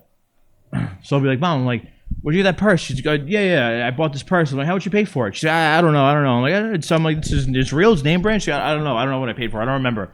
I'm like, oh, you remember you paid $8 for your shoes, but you don't remember how much you paid for your purse because it was probably like $300 or something like that. And it wasn't a good deal. But I mean, fuck, I kind of respect it though. Like at least you did it. Otherwise, I feel like, it would suck if she feels like she could only spend money on stuff that she could act like she saved a bunch on. Well, but it's more so that she's it's her presentation. Like look how thrifty I am. My mom is cheap, and I'm cheap because of her and my dad. They're both very cheap people. But like there's nothing wrong with like rewarding yourself and like getting something expensive. But like to just not draw any attention to it and like pretend that it's not like you didn't pay a lot of money for it.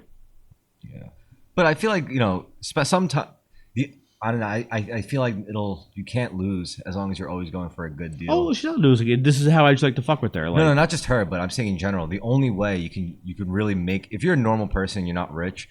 The only way you could kind of balance out the splurging is if you are always on the hunt for a good deal. 100%, 100%. That's why like I argue with like 5 people before I buy something. Because it's all about the deal for me. I'm addicted to the deal. Why not just argue with ChatGPT then? They're probably way better at it. Like you just be like, no, there's a dance, man. You don't understand. Yeah, I'm telling you. There's a dance. I'm a salesman. There's a dance that is done. You're gonna be like, I want this, but I also want this, and then they'll be like, this is better. Yeah, but what if that? What about this? Right. Yes. It'll do that. Yeah. It'll do really. Yeah. It'll do. There's a dance to it. No. Because I did that with ChatGPT. But what am I gonna do then? Am I gonna present my whole argument with ChatGPT to the salesperson, or am I gonna just like be like, well, this is the result it gave me? It's like, no. It's like we have to do this dance. Well, the problem is ChatGPT will like ask you better questions. They'll be like, all right, well, I don't want to be asked better questions. I want to be asked fucking stupid questions. No, they'll be like, what's your budget? It's like what kind of budget are you working with? Like in long term, like could you recover that back compared? I don't to want like, a salesman to really know my budget.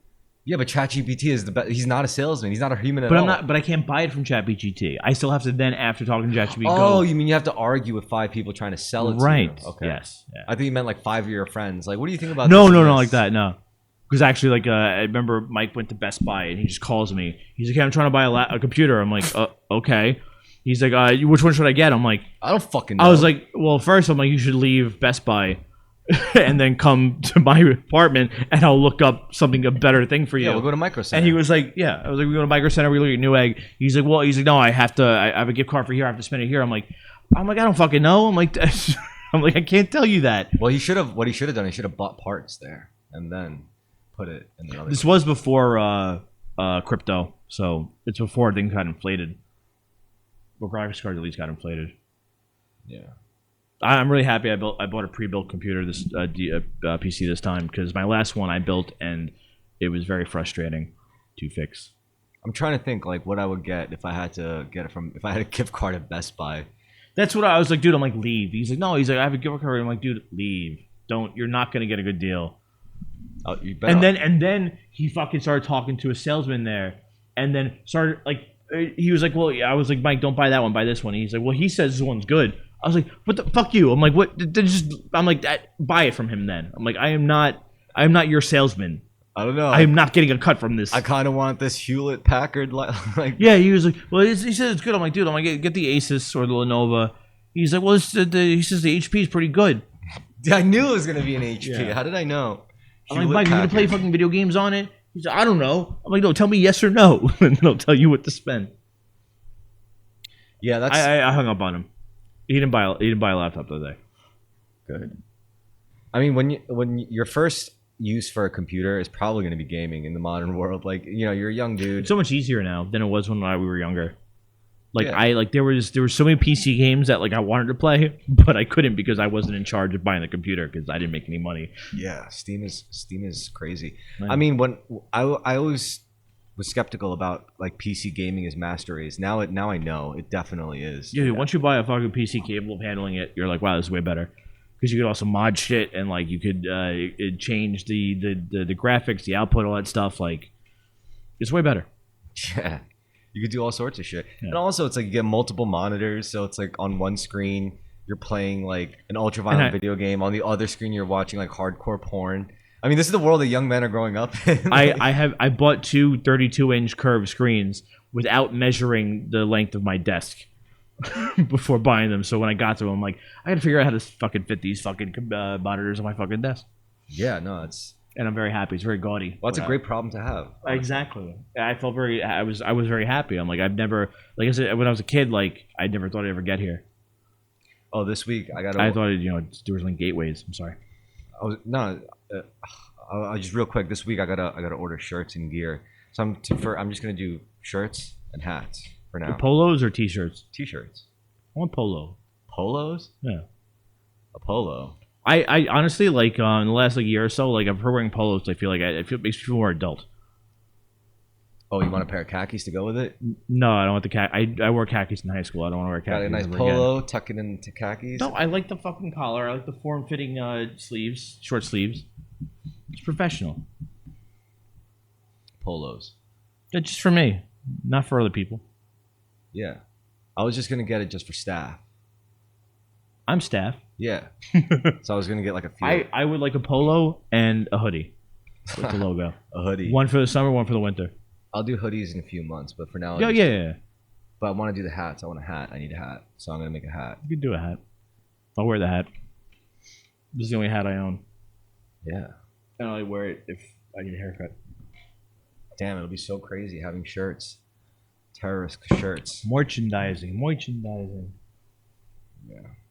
Anyway, I'm gonna roll one more spliff. So, we didn't get a chance to cover some media yet, so I'd like to do that. Do you have any? Is there anything you recently watched? Didn't watch Supergirl, I'll tell you that much, which is unfortunate. But You watched it? no, I didn't watch Supergirl. I watched the first episode of Larry David's new sketch show, which is it's okay, but it's something that's like right up my alley because it's like it's sketch comedy in from an historical perspective. That's just very much me. Like Larry, like either plays a real person or a fictional person at a certain pivotal moment in history, and just acts like Larry David. So one of them, like Rosa Parks getting onto a bus, and the driver is telling, like, she tries to sit down, and the driver is like, no, go in the back, that's where you're supposed to go to, you want me to call the cops? And she ends up sitting right next to Larry, and Larry's like, no, you stay. He's like, because then, I'll have to get up, I'll have to do this, I don't want to do that. Just stay here, it's fine, it's good. So she stays because Larry doesn't want to be bothered, like, moving.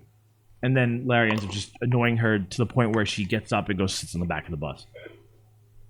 Because she notices, like he's just, like, talking about his problems, and, like, she sees, like, all the black guys in the back, like, playing cards and shit, and she's like, fuck.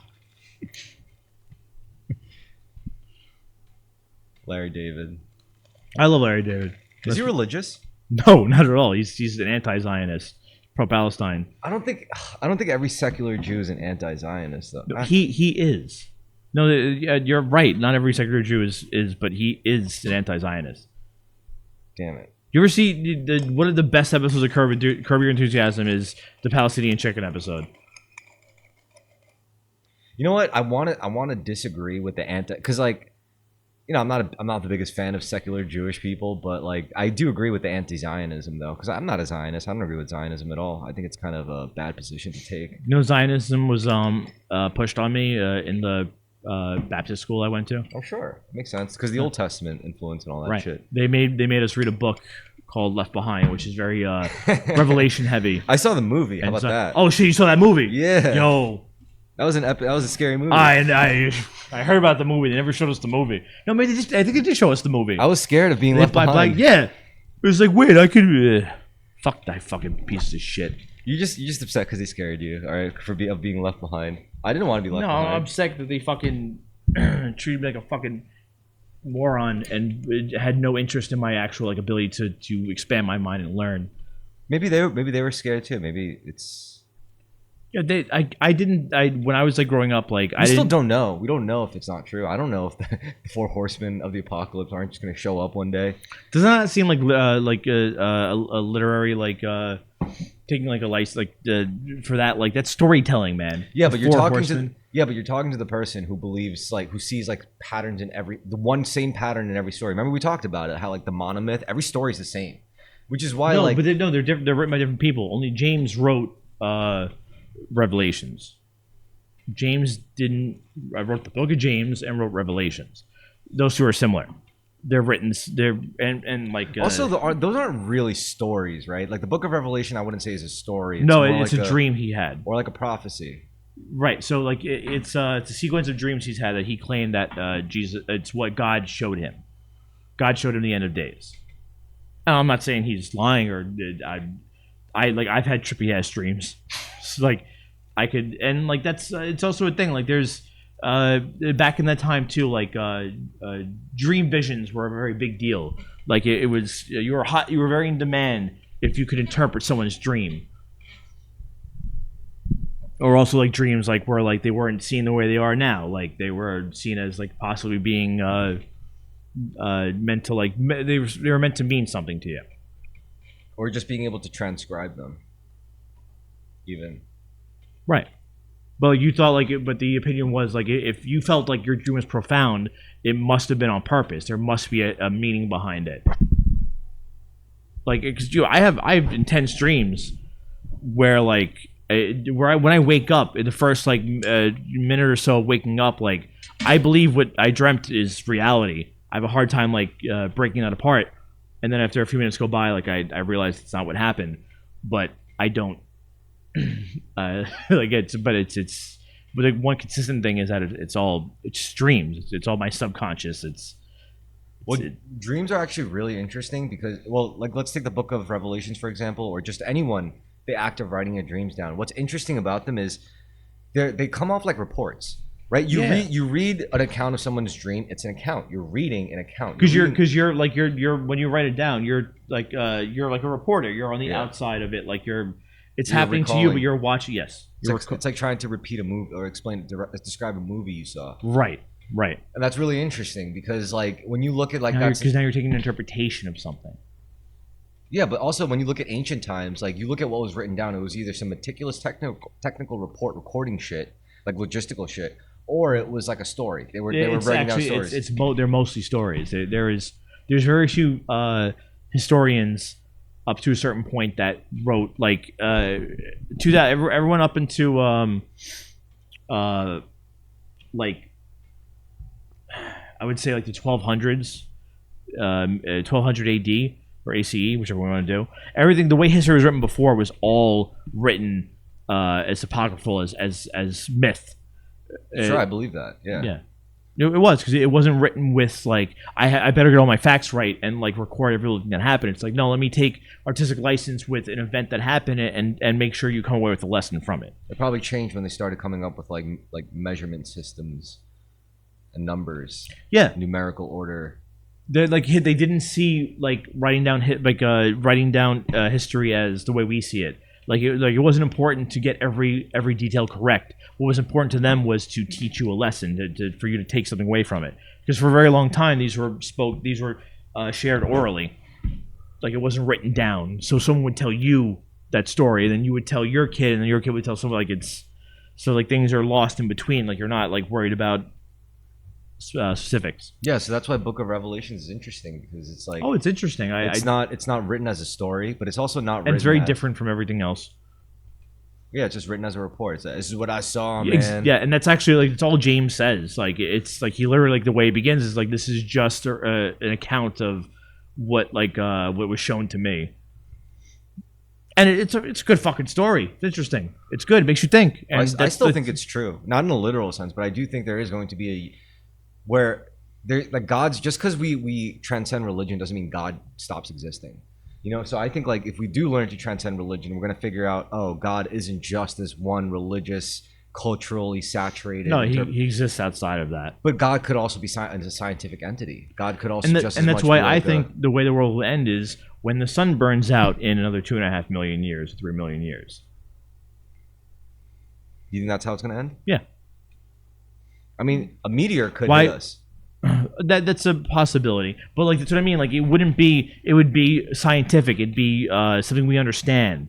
It wouldn't just be like God's had enough and he's gonna send the Antichrist, the 4 horsemen of the apocalypse, and then Jesus is gonna come back down and they're gonna fucking pick up half of the people that believe and leave the other half. It could be worse. It could be like scientific, as you said, but still in a way we can't understand. It'll never be in a way we can understand. Probably not. We're like why is the sun suddenly getting smaller, and like why is it getting colder, and why is like what's happening, and we just have no idea why. Right. It's the Jews, the liberals. Yeah. Yeah. But meanwhile, there could be like a simple explanation for it or some shit Sure. that we just can't see. Sure. That's how it would happen. It'll happen in a very confusing, interpretable way. I don't know. I have faith in humanity to be able to figure it out. I think that's the ultimate I test. think they will. I just don't think God's as dramatic as he's been written. Dramatic or not, I think it also makes sense for intelligent life. Like, you ever heard of the Fermi paradox? The what? The Fermi paradox. I don't think so. No. So it's this model that pretty much poses the question: if we're intelligent life on Earth, right? Sure. And there's like billions and trillions of stars out there, right? Uh-huh. So mathematically speaking, there has to be other intelligent life. So Sure. where are they? Like the idea is, if they're there, then mathematically speaking, probability-wise, if you actually do the available math or arithmetic available to you, then you're going to say, like, but in all likelihood, we should have made contact by now, a long time ago. In fact, No. it doesn't make sense that we haven't. It doesn't make sense that we'd be able to. Because, like, yes, it's an ever-expanding, huge universe, but it's just not physically possible. So the solution to the Fermi paradox is that there's a filter for all intelligent life in every world, every star system. That once a species becomes intelligent enough, they reach a specific threshold. They figure out warp drive, like in Star Trek. No, it's the opposite. They reach a specific threshold that They hit a ceiling. that most, if not all, intelligent life forms just can't get past. We don't know what it is yet. It could be AI. Maybe like they develop AI and that's what it makes them wipe themselves out. Or maybe they all like get into a culture war. No matter what species they are, they all Right. We don't like because before warp drive, I think is we unite as a species. or we die. Yeah. Okay. Yeah. So the idea, I buy that. Yeah. So the idea is the reason why you don't see them is because like 9.99999 out of every 10 species They kill each other. We kill. don't Yeah. fucking do it. Yeah. They can't make it. Yeah. I buy that. I'm very afraid for us. That's one explanation of the Fermi paradox. The second explanation is that they did discover warp drive. However, there's something called the dark forest. Hunters in the forest, the dark forest. You know what that means?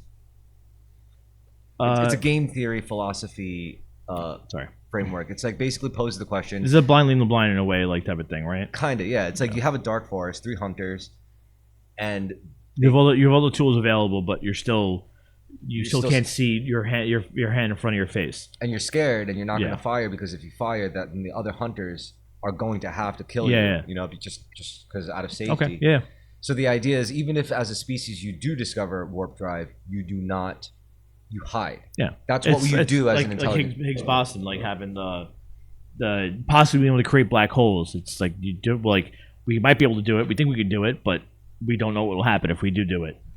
So the idea is like, yeah, they like you have intelligent species that may, maybe they even travel galaxies, but their biggest thing is we do not make contact with other species. We do not. And not lesser species. Because if you take it to its intellectual conclusion, if you come across another intelligent species, there's only one course of action. There's only one.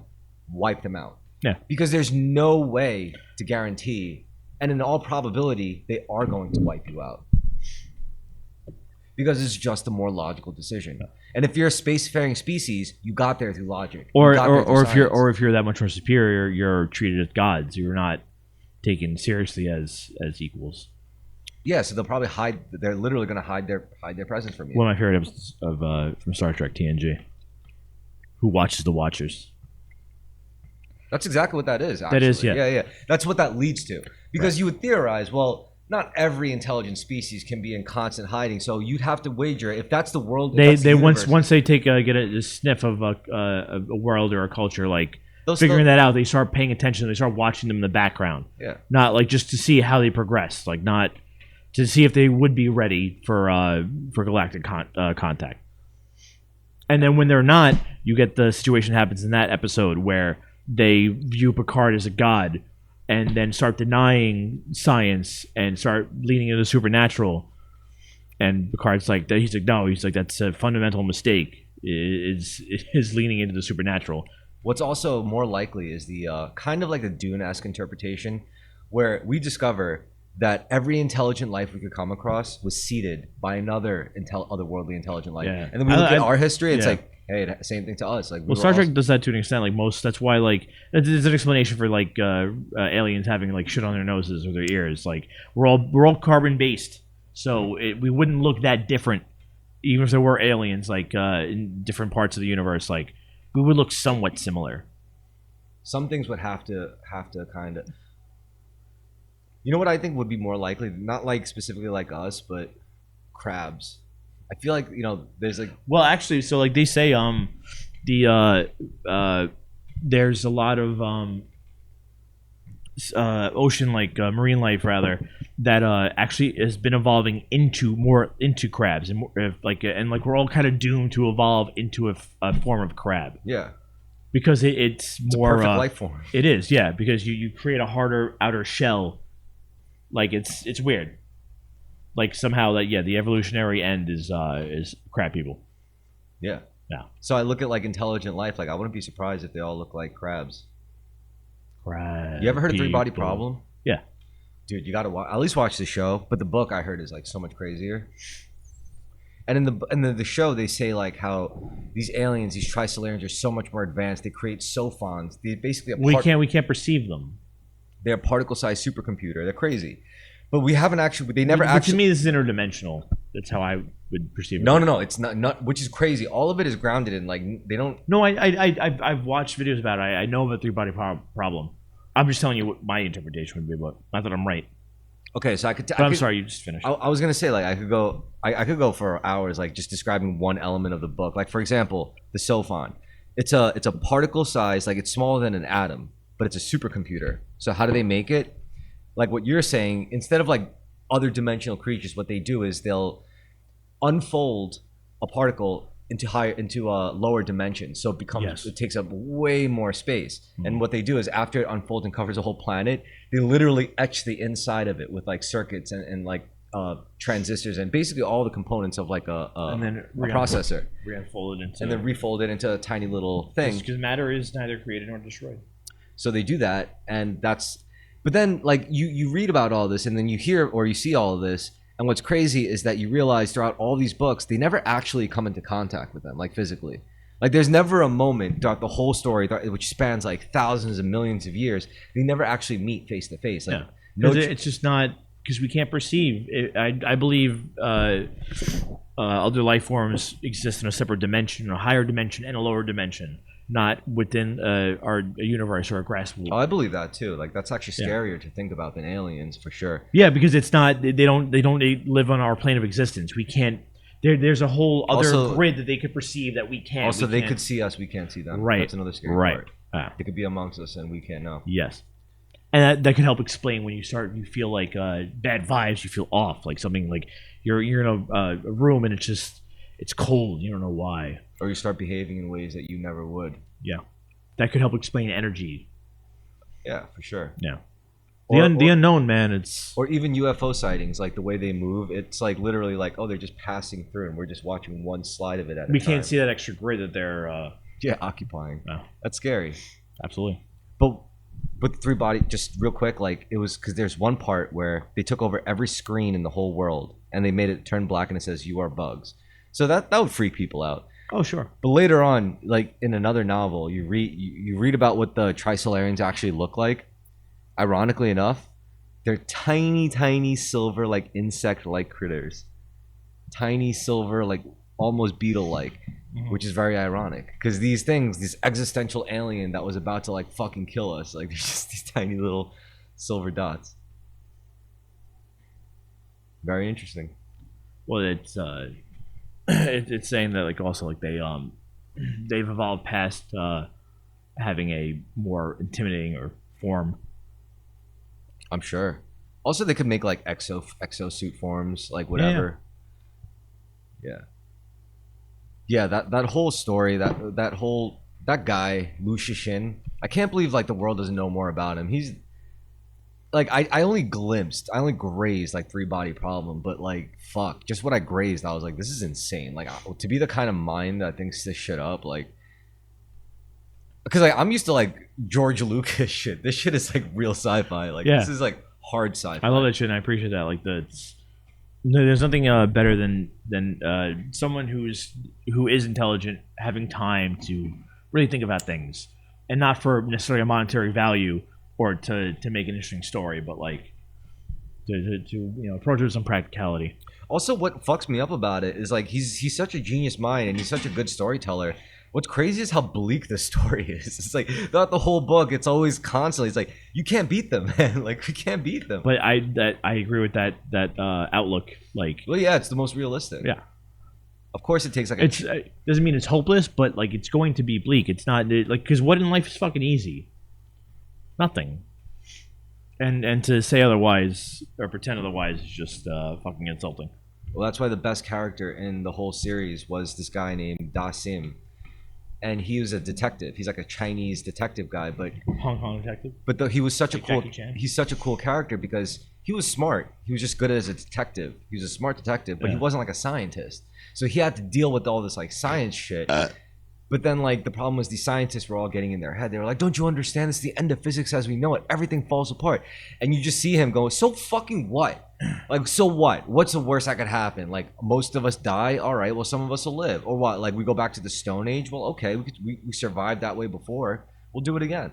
And it's like you hear that shit and you're like, "Damn, that's an indomitable spirit." And another thing is, in the book, like he tells a really dry humor joke. He was like, I had a murder case a while back. A Mexican bloke killed his wife.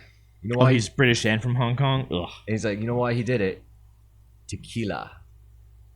To kill her. You know, like that is like.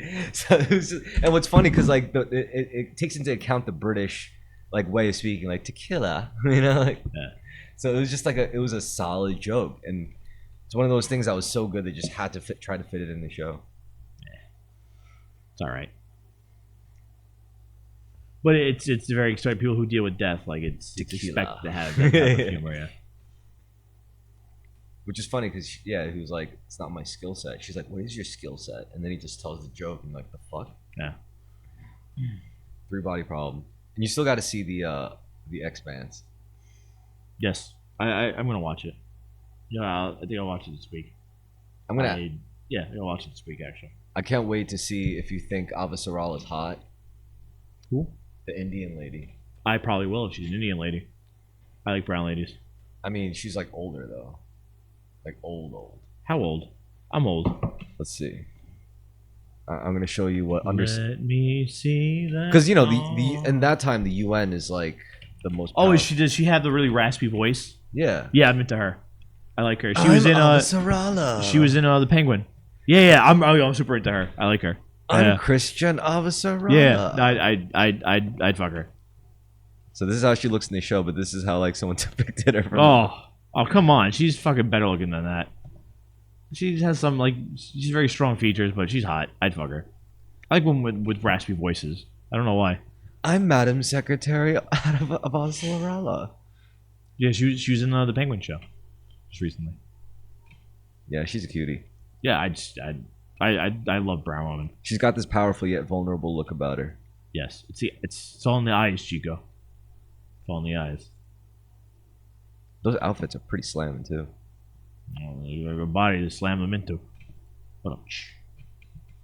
You like Selma Blair? Who? Selma Hayek. Sorry. Selma Hayek has been gorgeous for longer than I've been alive. Selma Hayek is fucking perfection. Does she have real boobs? I think so, yeah. Because she she has a little, like, now she has more weight on her and like in the right places, like, and it just looks, and she looks like she's aging the right way. And I'm more attracted to her now than I was before because like when with more weight on them. Look at Selma Hayek right now. Her tits are fucking fantastic. They sit right where they should. And I forgot what movie she was. I just recently saw her in, but she was like literally just holding up her tits like this. She's like to a guy. I was like, that's fun. God bless her. It's like, you want some of this? And I'm like, what? She's been gorgeous before, like longer than I've been alive. She literally, like, she was like probably 18 when I was born. Did you see her Black Mirror episode? Yes, it did. That was epic. Like when she just shat. Antonio Banderas. I like this one. She looks very innocent. When's that from? She's like innocent. That woman's, she's not innocent about her. She's a mom, right? She has to have kids. Yes, my kids love watching me be sexy on TV. I'd be so upset if my mom was hot for a living. That'd be tough. Like an OnlyFans model. That's traumatic. Oh my god, dude! You ever see those? Like, I've seen stories where it's like some kids were like, I always think about killing myself because all my friends know my mom was an OnlyFans model. That's awful. And like they would show me pictures of her in school and shit and make fun of me, and I feel like I want to kill myself. I'm like, I'm just like, how did you not expect this to happen as a parent? Like, how did you not think? Like, Right, like, why aren't you thinking about your kid? Like, you can't, if you want to work in that type of industry, like, you be honest to your kid. You're gonna be smarter about it too, and like, yeah, be honest to your kid. At and, least like, tell your kid. Yeah. Because it's one thing to make fun of your kid. Or be like, hey, like, do you like going to fucking Disneyland? Like 3 times a year? Your fucking friend Anthony, he fucking pays for it. Yeah. With his dad's credit card. Yeah. Then be like, oh, mom, you're empowering yourself. That's cool. Well, it's also like the kid. I mean, it's better for the kid to be able to say, it's like, yeah, I know my mom did this. I know since I was like 10 years old, all right? It's how she makes a living. Yeah, it's how but she pays for my I hope shit. to use women that way too when I get older. What? In what way? No, like, it's, I mean, like, when you're younger, to be like, oh, that behavior is like, I don't know how I feel about that. But as you get older, like, you start become more, just more like free sexually. Like, I'd have like no problem like dating a woman who was, who sold videos or pictures of certain content to a certain audience for whatever reason. Wouldn't bother me. I've encouraged it, in fact. What? Solid, a porn star lady? No, like a girl like performing in a video in not like being like fucked by like somebody else, not pornography like that, but like foot fetish things or things like that. Like I have no problem with that. Yeah, maybe if that's what they want to do, but usually I don't know if that's what they want to do. It's like, shit, man. Well, I didn't say I was marrying them. Sure. It also helps me know, like, don't marry this lady. Well, maybe even as like a lifestyle choice, I guess. Yeah, I would. I don't know. I'd help a lady make content as long as my face wasn't shown. That's more of an ego thing, I think.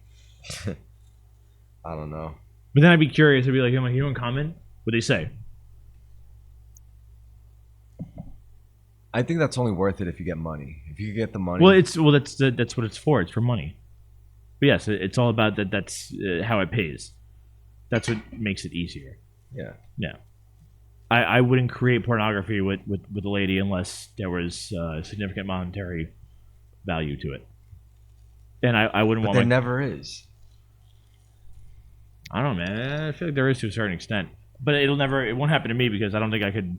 I'm just not on that level. Well, even people who are on like higher levels, like they're still struggling. It's like they might as well be UFC fighters. In fact, But they're struggling because they spend too much. I don't spend too much. No, I think there's just a huge turnover rate in the respective industries. There is a very short window for it, but there is, if you make a lot of money at once, there are ways that you could. There's smart ways to spend that money and use that money. It's also a saturated market. It is a saturated market, yeah. Also, I don't have OnlyFans. I don't understand how it works. I'm just talking porn in general. I just watch regular porn. I don't like. I don't have a fetish for like seeing like women I know in my porn. That isn't not something I need to have happen. So I feel like you pay a premium for that. But yeah, I don't understand. I don't know how that You works. shouldn't pay anything for that. Well, that's why I don't pay for pornography. I still have friends that would probably send me nudes if I asked them.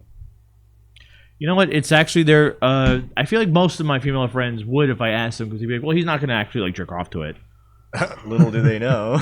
Well, they're just like, "Well, he's not going to do anything weird with it." Like it's actually there was it's actually 6 years ago. We went away for Gabby's birthday. We rented a house in the Hamptons, like 12 of us. There's girls in the group, there's guys in the group, and for one of the days we went to a winery and had a lovely time. And we took 3 cars, I think, there. So we took 3 cars back home. And the girls in one of the car were like, you know what? You know who we appreciate? Chris. Let's all send Chris pictures of our tits. Oh god. Yeah. So on my phone I have pictures of a few of our friends' tits. And they just sent it to me. And I've never showed anybody. I've never sold it. I've never jerked off to it. I have it. Oh, It's nice. I definitely gotten sent quite a few nudes over the years. That's because I was like a Facebook dude. Yeah, you're more of a. I'm also not the type of guy. Well, I like, also I'm not met a, people on Facebook. You know, I met a lot of girls off Facebook. But Well, not. I'm just. It's just not my zone. But like, and that doesn't mean like there's, like, I get it, and like there's people that respond to that more. well, also, I mean, I haven't asked for nudes in a long time. I've never asked for nudes, but I have. I mean, it's usually when I ask, it's always like swapping nudes. Like, all right, you next. I'm like, you want to see my dick? Yeah, well, you want to see a picture of my dick? And like, then they'd be like, yeah. I like to me All right. that drives me crazy. It's like what what could a picture of my dick do for you? Like That's what I would think too. But they're just like, yeah, show me your dick. I'm like, because all right. I think because they were able to like tell their own story with it. Where Well, you're just also, I stopped doing it because like I just stopped liking like the power a Facebook like hoe would have over me. You know, like one of That's these true. one It's of just- these yeah. e-thoughts. Like it's like she has a piece of my soul now. Now that she knows, like, you know, I need her. I'm jacking true. off to her tit photos or something. So now I'm like a lot way more reserved about that shit. I don't like doing it because I don't want to cede that kind of power. What would Jesus do? Not do that. Jesus wouldn't send pictures of his dick. You'd be like, "Come on, you come on over. We'll just share this between you and me." Yes, the body of Christ. Take it in your mouth. Once you fucking take it, you fucking dirty slut. He would just be like, "Now I bestow the body of Christ." I do. I swear to God, I've kind of like implied that. Whereas like, I'm like, I don't know, you know, I could like sex. But I don't want to send things on the phone. Like, why don't we just have sex the traditional way? Or it's like I'm on my knees. You're about to put something in my mouth. Is this And a sex I'm thing? like yelling at you and calling you names and choking you and slapping you. It's God intended. That's gotta be fun though. Like if you're a priest and you actually break the rule, you must have been super duper tempted, and you're like this one. You got That's how you make like regular vanilla sex super kinky. by making it forbidden. where sex altogether is forbidden. So you could be as vanilla as you want. Yeah, like let's pretend to be siblings. Oh God. Sometimes people don't even pretend. Yeah, I don't get those. Well, it's like you said. It's like that's the only way to make regular. Right? Yeah. It's and they probably do. But I guess it's better than fucking kids. Yeah, anything's better. That's like the worst.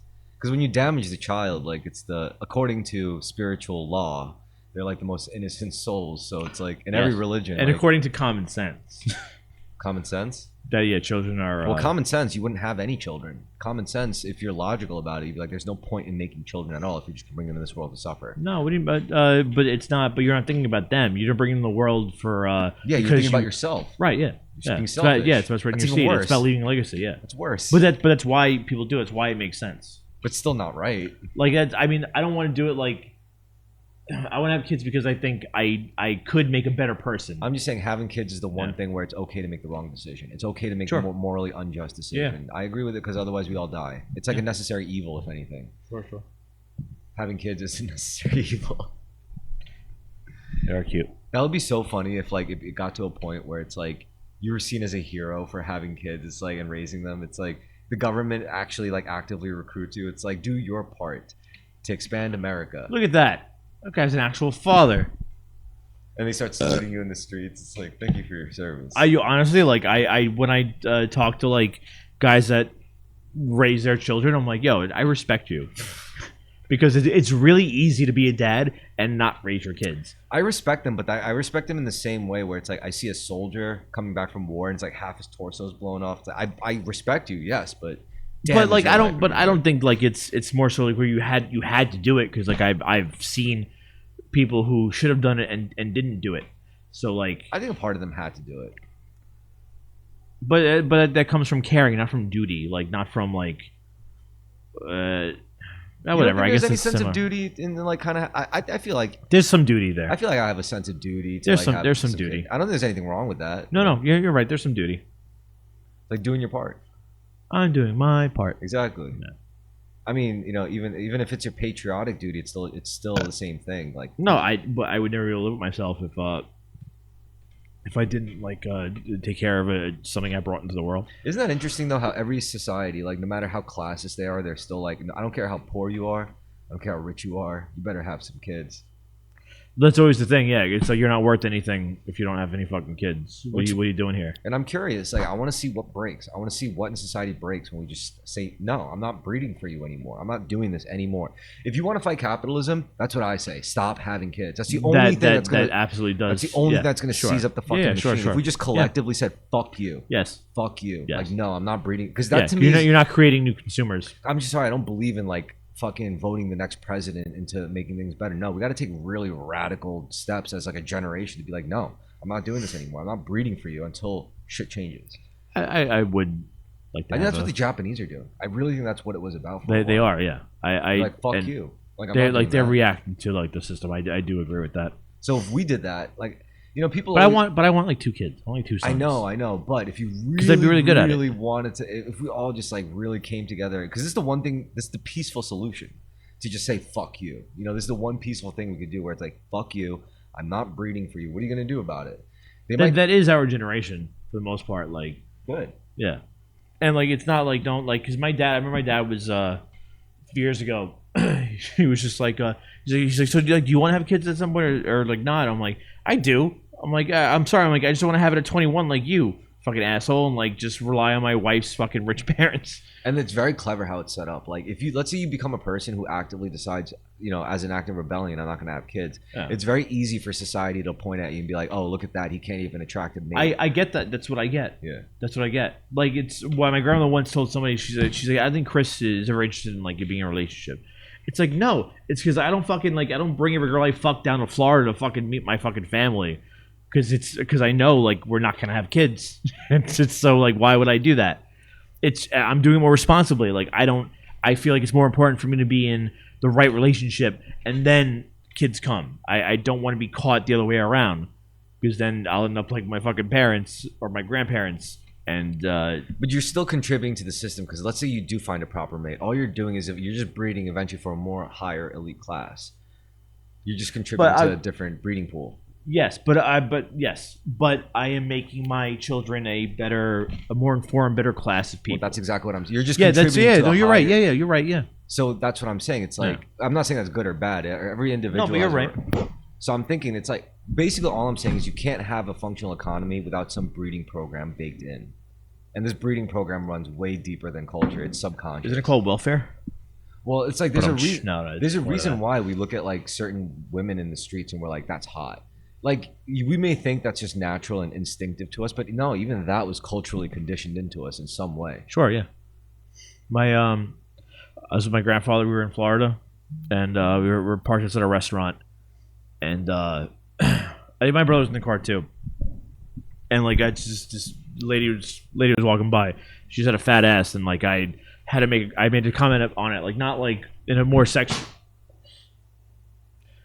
not super sexual, but like it was more like I used her ass as a landmark. A benchmark. Yes, benchmark. yes. benchmark. Because my brother was like, where'd you see this? And I'm like, right by that fucking fat ass over there. My grandma was like, see, I don't understand. He's like, your uncle. He's like, my son. He's like, he likes girls with big butts. He's like, you like girls with big butts? He's like, I don't get it. Well, I don't get big butts. I'm like, Gus, it's because like back in the 50s, you didn't have big butts. We have them, and they're glorious. I don't know if that was related to what we were talking about, but I like this that makes story. me think of like how because the millennials were the last generation to have like casual, unprotected sex. Like no one else is gonna have it after us. We did the best, honestly. I feel like we didn't create, like we didn't invent like what STDs new STDs were invented in the 90s. None. They all did that shit before. I've worn a condom I think twice in my life. I swear to God. But that also, because we were such a loose generation, we also had some of the worst like sexually themed art like ever. Like it was so tasteless. Like I remember this one lady, this one college chick, like she hung up like a condom for every guy she fucked. Like she actually like that is fucking gross. It is. I understand the point you're trying to make, but and it was a lot of condoms. I was like, damn, you filled up your whole like. I was like, damn, that's a lot of condoms. But also now I'm thinking like, well, so like. Like I said, I think I've used a condom 2 or 3 times, and like I don't recall what happened with it when I took it off. So did she have to like protect it? Like, did she take the condom off and like preserve it? Oh, you don't carry around a little like a plastic like jar to put it in? Me? No. Oh, I've only worn a condom like 2-3 times, so no. I thought every guy has their own little plastic jar that There was this girl I met on Tinder when I was 23, and she was like I think 19 or 20. We hooked up a couple times, and then we stopped talking, and then like 4 years later we met up again, same app. And she's like, were you the guy who like had that jar full of condoms? I'm like, a jar? I'm like, what? I'm like, who would do that? She's like, I swear to God, there was a guy I was with who like would keep his like condoms in a jar, and I'm like, that's absolutely crazy. I've never worn a condom in my fucking life. I'm like, no, that's I'm absolutely like, crazy. Yeah, I'm like I would never have a jar full of condoms. So I guess it's a thing. You ever get tested? Yes. I'm not a jerk. Also, I mean, when I didn't get tested, I feel like it'd be very noticeable to have something. But like after like possibly with women to have like even herpes. Like I don't have herpes, and herpes is very very common and not that big of a deal. But I would feel really bad if I had herpes and didn't tell the lady I was with that I had it. Sure. Yeah. So when I knew like I did bang one with that, like I was like I should get checked. But also there'd be reactions, there'd be discharge. But still, I'm a nice clean boy. Yeah. Bro, I just bought the what's that brand called of razors, man? I just bought it. Manly Special. Sure, but my point is, so I bought a buzzer like just for that area. My balls are the smoothest they have been. I don't know how long. Yeah, and then you could use a safety razor to finish it. Well, no, there's like a buzzer attachment to mine, so that's what I finished off with, and like there's like nothing. They're smooth as eggs, those balls, and I can't remember the last time they were like that. Like eggs. Because they're the size of eggs, but like I Manscaped 5.0, but like yeah, I haven't like. Because it's hard to like shave that far, like because you have to fucking stretch it and you have the razor, and you're like, I don't want to keep going at it. What if I cut myself? So the best thing to do is just wax it. No, God no. Oh, actually, you know what? I give it a try. I mean, some places like you get a wax, they'll like put hot wax on you. Well, I think it's also easier for them to work if you're erect. Yeah, it's easier to shave my area if I'm erect. And then rather like than super soft, maybe it's like after they do it and you're still erect, it's like, hey, could you just do me a favor and kind of like finish? Well, that's how you like meet interesting people. It's like, come on, man, like you already got me this far. Yeah, that's why I'm like And the guy's like, oh, okay, you're like the 5th dude anyway. So come on, be a bro. Give you a little hand here. You must have seen like 100 dicks a day. What's one more? Come on. Ugh. I really hate this job. God, I hate being a fucking sex worker. Sex slave. He's not a sex worker. He's a professional waxer. Waxologist. Waxologist? Yeah. He puts hot wax on your pubic area. Ugh. And he rips it right off. I've only ever had like the 2 or 3 massages. Thank God they weren't men. That'd be too weird. What? Then you have like an Eric Andre situation. Yes, yeah, I could. I wouldn't be able to do that. You heard about that? Well, it was a prank that he did. No. No, he told a story about how him and his girlfriend were in Thailand, and they got this exotic massage, and the guy who was massaging was like obviously gay. Well, I've never been to my massages weren't at rub and tugs. They were like No, they weren't rub and tug. This was like a high classy, like rich Really? people kind of spa place. interesting.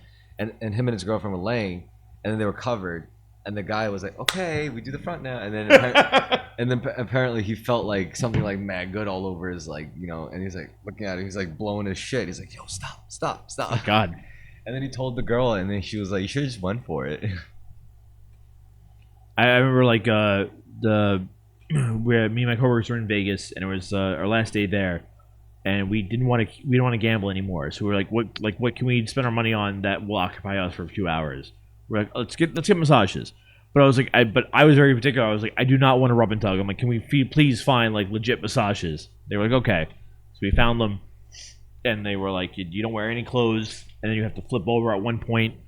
I remember doing that in that room, flipped over, but I was like, I hope she doesn't like go any further with it. And literally, like as soon as like she finished every other spot, she's like, okay, bye bye, and she left the room. She ran out just so I wouldn't get the like impression that there was a possible happy ending. Nah, rub and tug is the more traditional way. A warrior will come back. I feel so bad with them because like it's A warrior would come back to camp from battle, and then he would go into his tent to his slave woman that he picked up. It's like, "Woman, give me massage now, or I kill you." So she finished my actual massage. I got dressed. I went in the waiting room, and I was there first. And I was like, "Fuck, I'm here first. They're not gonna. Are they getting fucking like happy endings? Like, are they gonna fucking make fun of me?" I'm like, "God damn it!" You didn't get jerked Yeah. off. And they came in. I'm like, "Did you guys get jerked off?" And they were like, "No." I'm like, "Yeah, me neither. Good. Like I didn't finish first. They were like, yeah, like she fucking like she like ran out of the room. Like, yeah, so did mine, because she didn't want me to think that was gonna happen. She was like, "You better fucking behave yourself, bitch. I know your little side hustle." She's okay, you turn over. I'm like, okay. She's like, oh, you happy? I'm like, I think I've so. been happier, to be Oh, yeah, honest, I've but been- that's neither here nor there. That's in between there. Not on you. It's got nothing to do with you. I'm covered in oil. Hot towel? The hot towel always gets me. Well, that's like the most efficient way to wipe off oil from your body is to use a hot towel. Anything sticky. Yeah. That's why banyo's so great. What? Banyo. Banya? Yeah. I don't know. I mean, I feel like for rich people, I think if you were rich enough, it's like every massage should just come with a hand job. I feel you've earned it at that point. Yeah, like it's like, I mean, like I've never like. Have you ever just casually been given a hand job? Like, A couple times, like not in a professional setting, like a massage, like by a masseuse. right, like just like to where like something else was done, like just maybe like you're just cuddling with your girl and she's like, I'm tired. You're like, all right, and do you get a hand job just without asking to completion? No, it's usually some naughty context, like at a public Right. place where you shouldn't be getting a hand. Right. Where it's like probably very that's the only place that you do get hand jobs is when like because it's heightened then because you're like, oh, I'm actually gonna come now because I shouldn't be getting this hand job. It's inappropriate. It's an inappropriate hand job. Stop it. That's not a pro. It's not for play. Yeah, so I don't know. I mean, public hand jobs, those aren't. I actually don't like that. I think it's not. But like private hand jobs aren't fun. It could be fun. If you build up to it and that's foreplay. Add some food elements. All right. See, you're a well-traveled man. It's like, ooh, baby, get the anchovies. You're like, what? Oh, that's actually the oils would be pretty. Never mind. Get the Grey Poupon. Be great for Baby, get the rice pudding. no, just open a jar of jam and just let me stick my dick in it. That's fine. Get the peanut butter. No, Actually, there's a good amount of resistance from peanut butter. That wouldn't be too bad. get the Nutella. Oh, Wait, now that's put it in the microwave for precisely 7 seconds. I've gotten an ice blow job before. Ice Cube blowjob. So what you do is you peel the banana halfway, and you take it up and put it in the microwave for 6 seconds, not a second longer, otherwise you burn. And then Otherwise, you're gonna have a bad time. then once it's nice and squishy and warm, it creates a little pocket. I forgot where I learned that. I think it was Malcolm in the Middle, where it was like, where someone was learning. Oh no, it was Weeds. That show Weeds. That makes more sense. And Malcolm in the Middle. I don't think network TV would be like, here's a good way to masturbate. And the younger son was like getting into masturbating, and so the mother As we all do. didn't know how to talk to him about it. So she goes to Uncle Andy and she's like, "Can you talk to him about masturbation?" He's like, "Yeah, you got it, no problem." So weird. So then he's like, "All right, kid, here's all the ways you can masturbate." He takes the banana and he shows him. And then later on in the show, brilliant callback where she's like, just like looking through her groceries, like, "Have you seen all our bananas?" Like, I swear.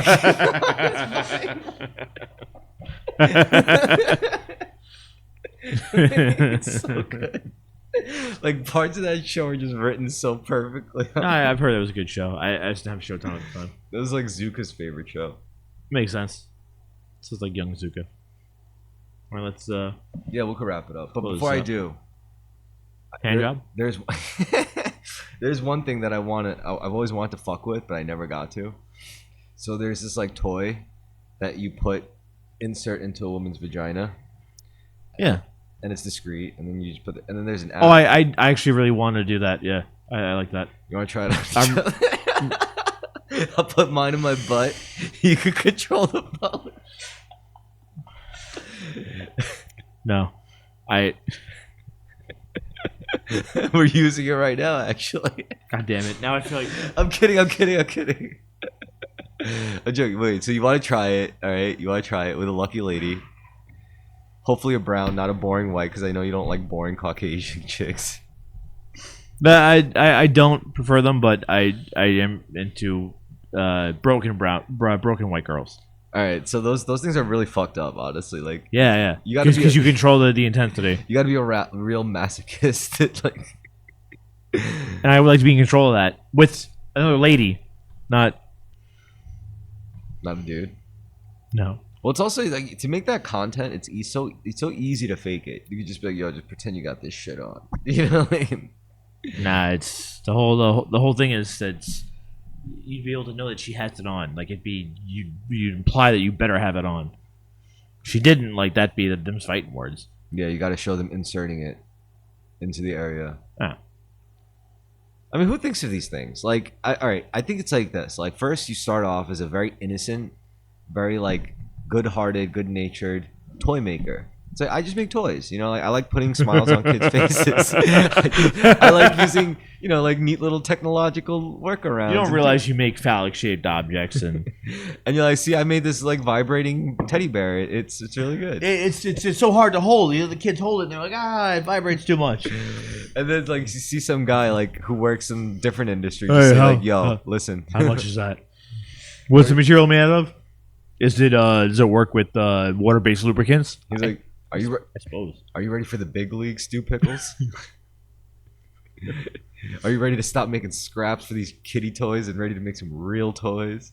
I like some of those videos where ladies in like over the course of one short video like are masturbating with different sized dildos, because I look on their face when they're like, oh, this is a different size, I have to rethink my whole game plan.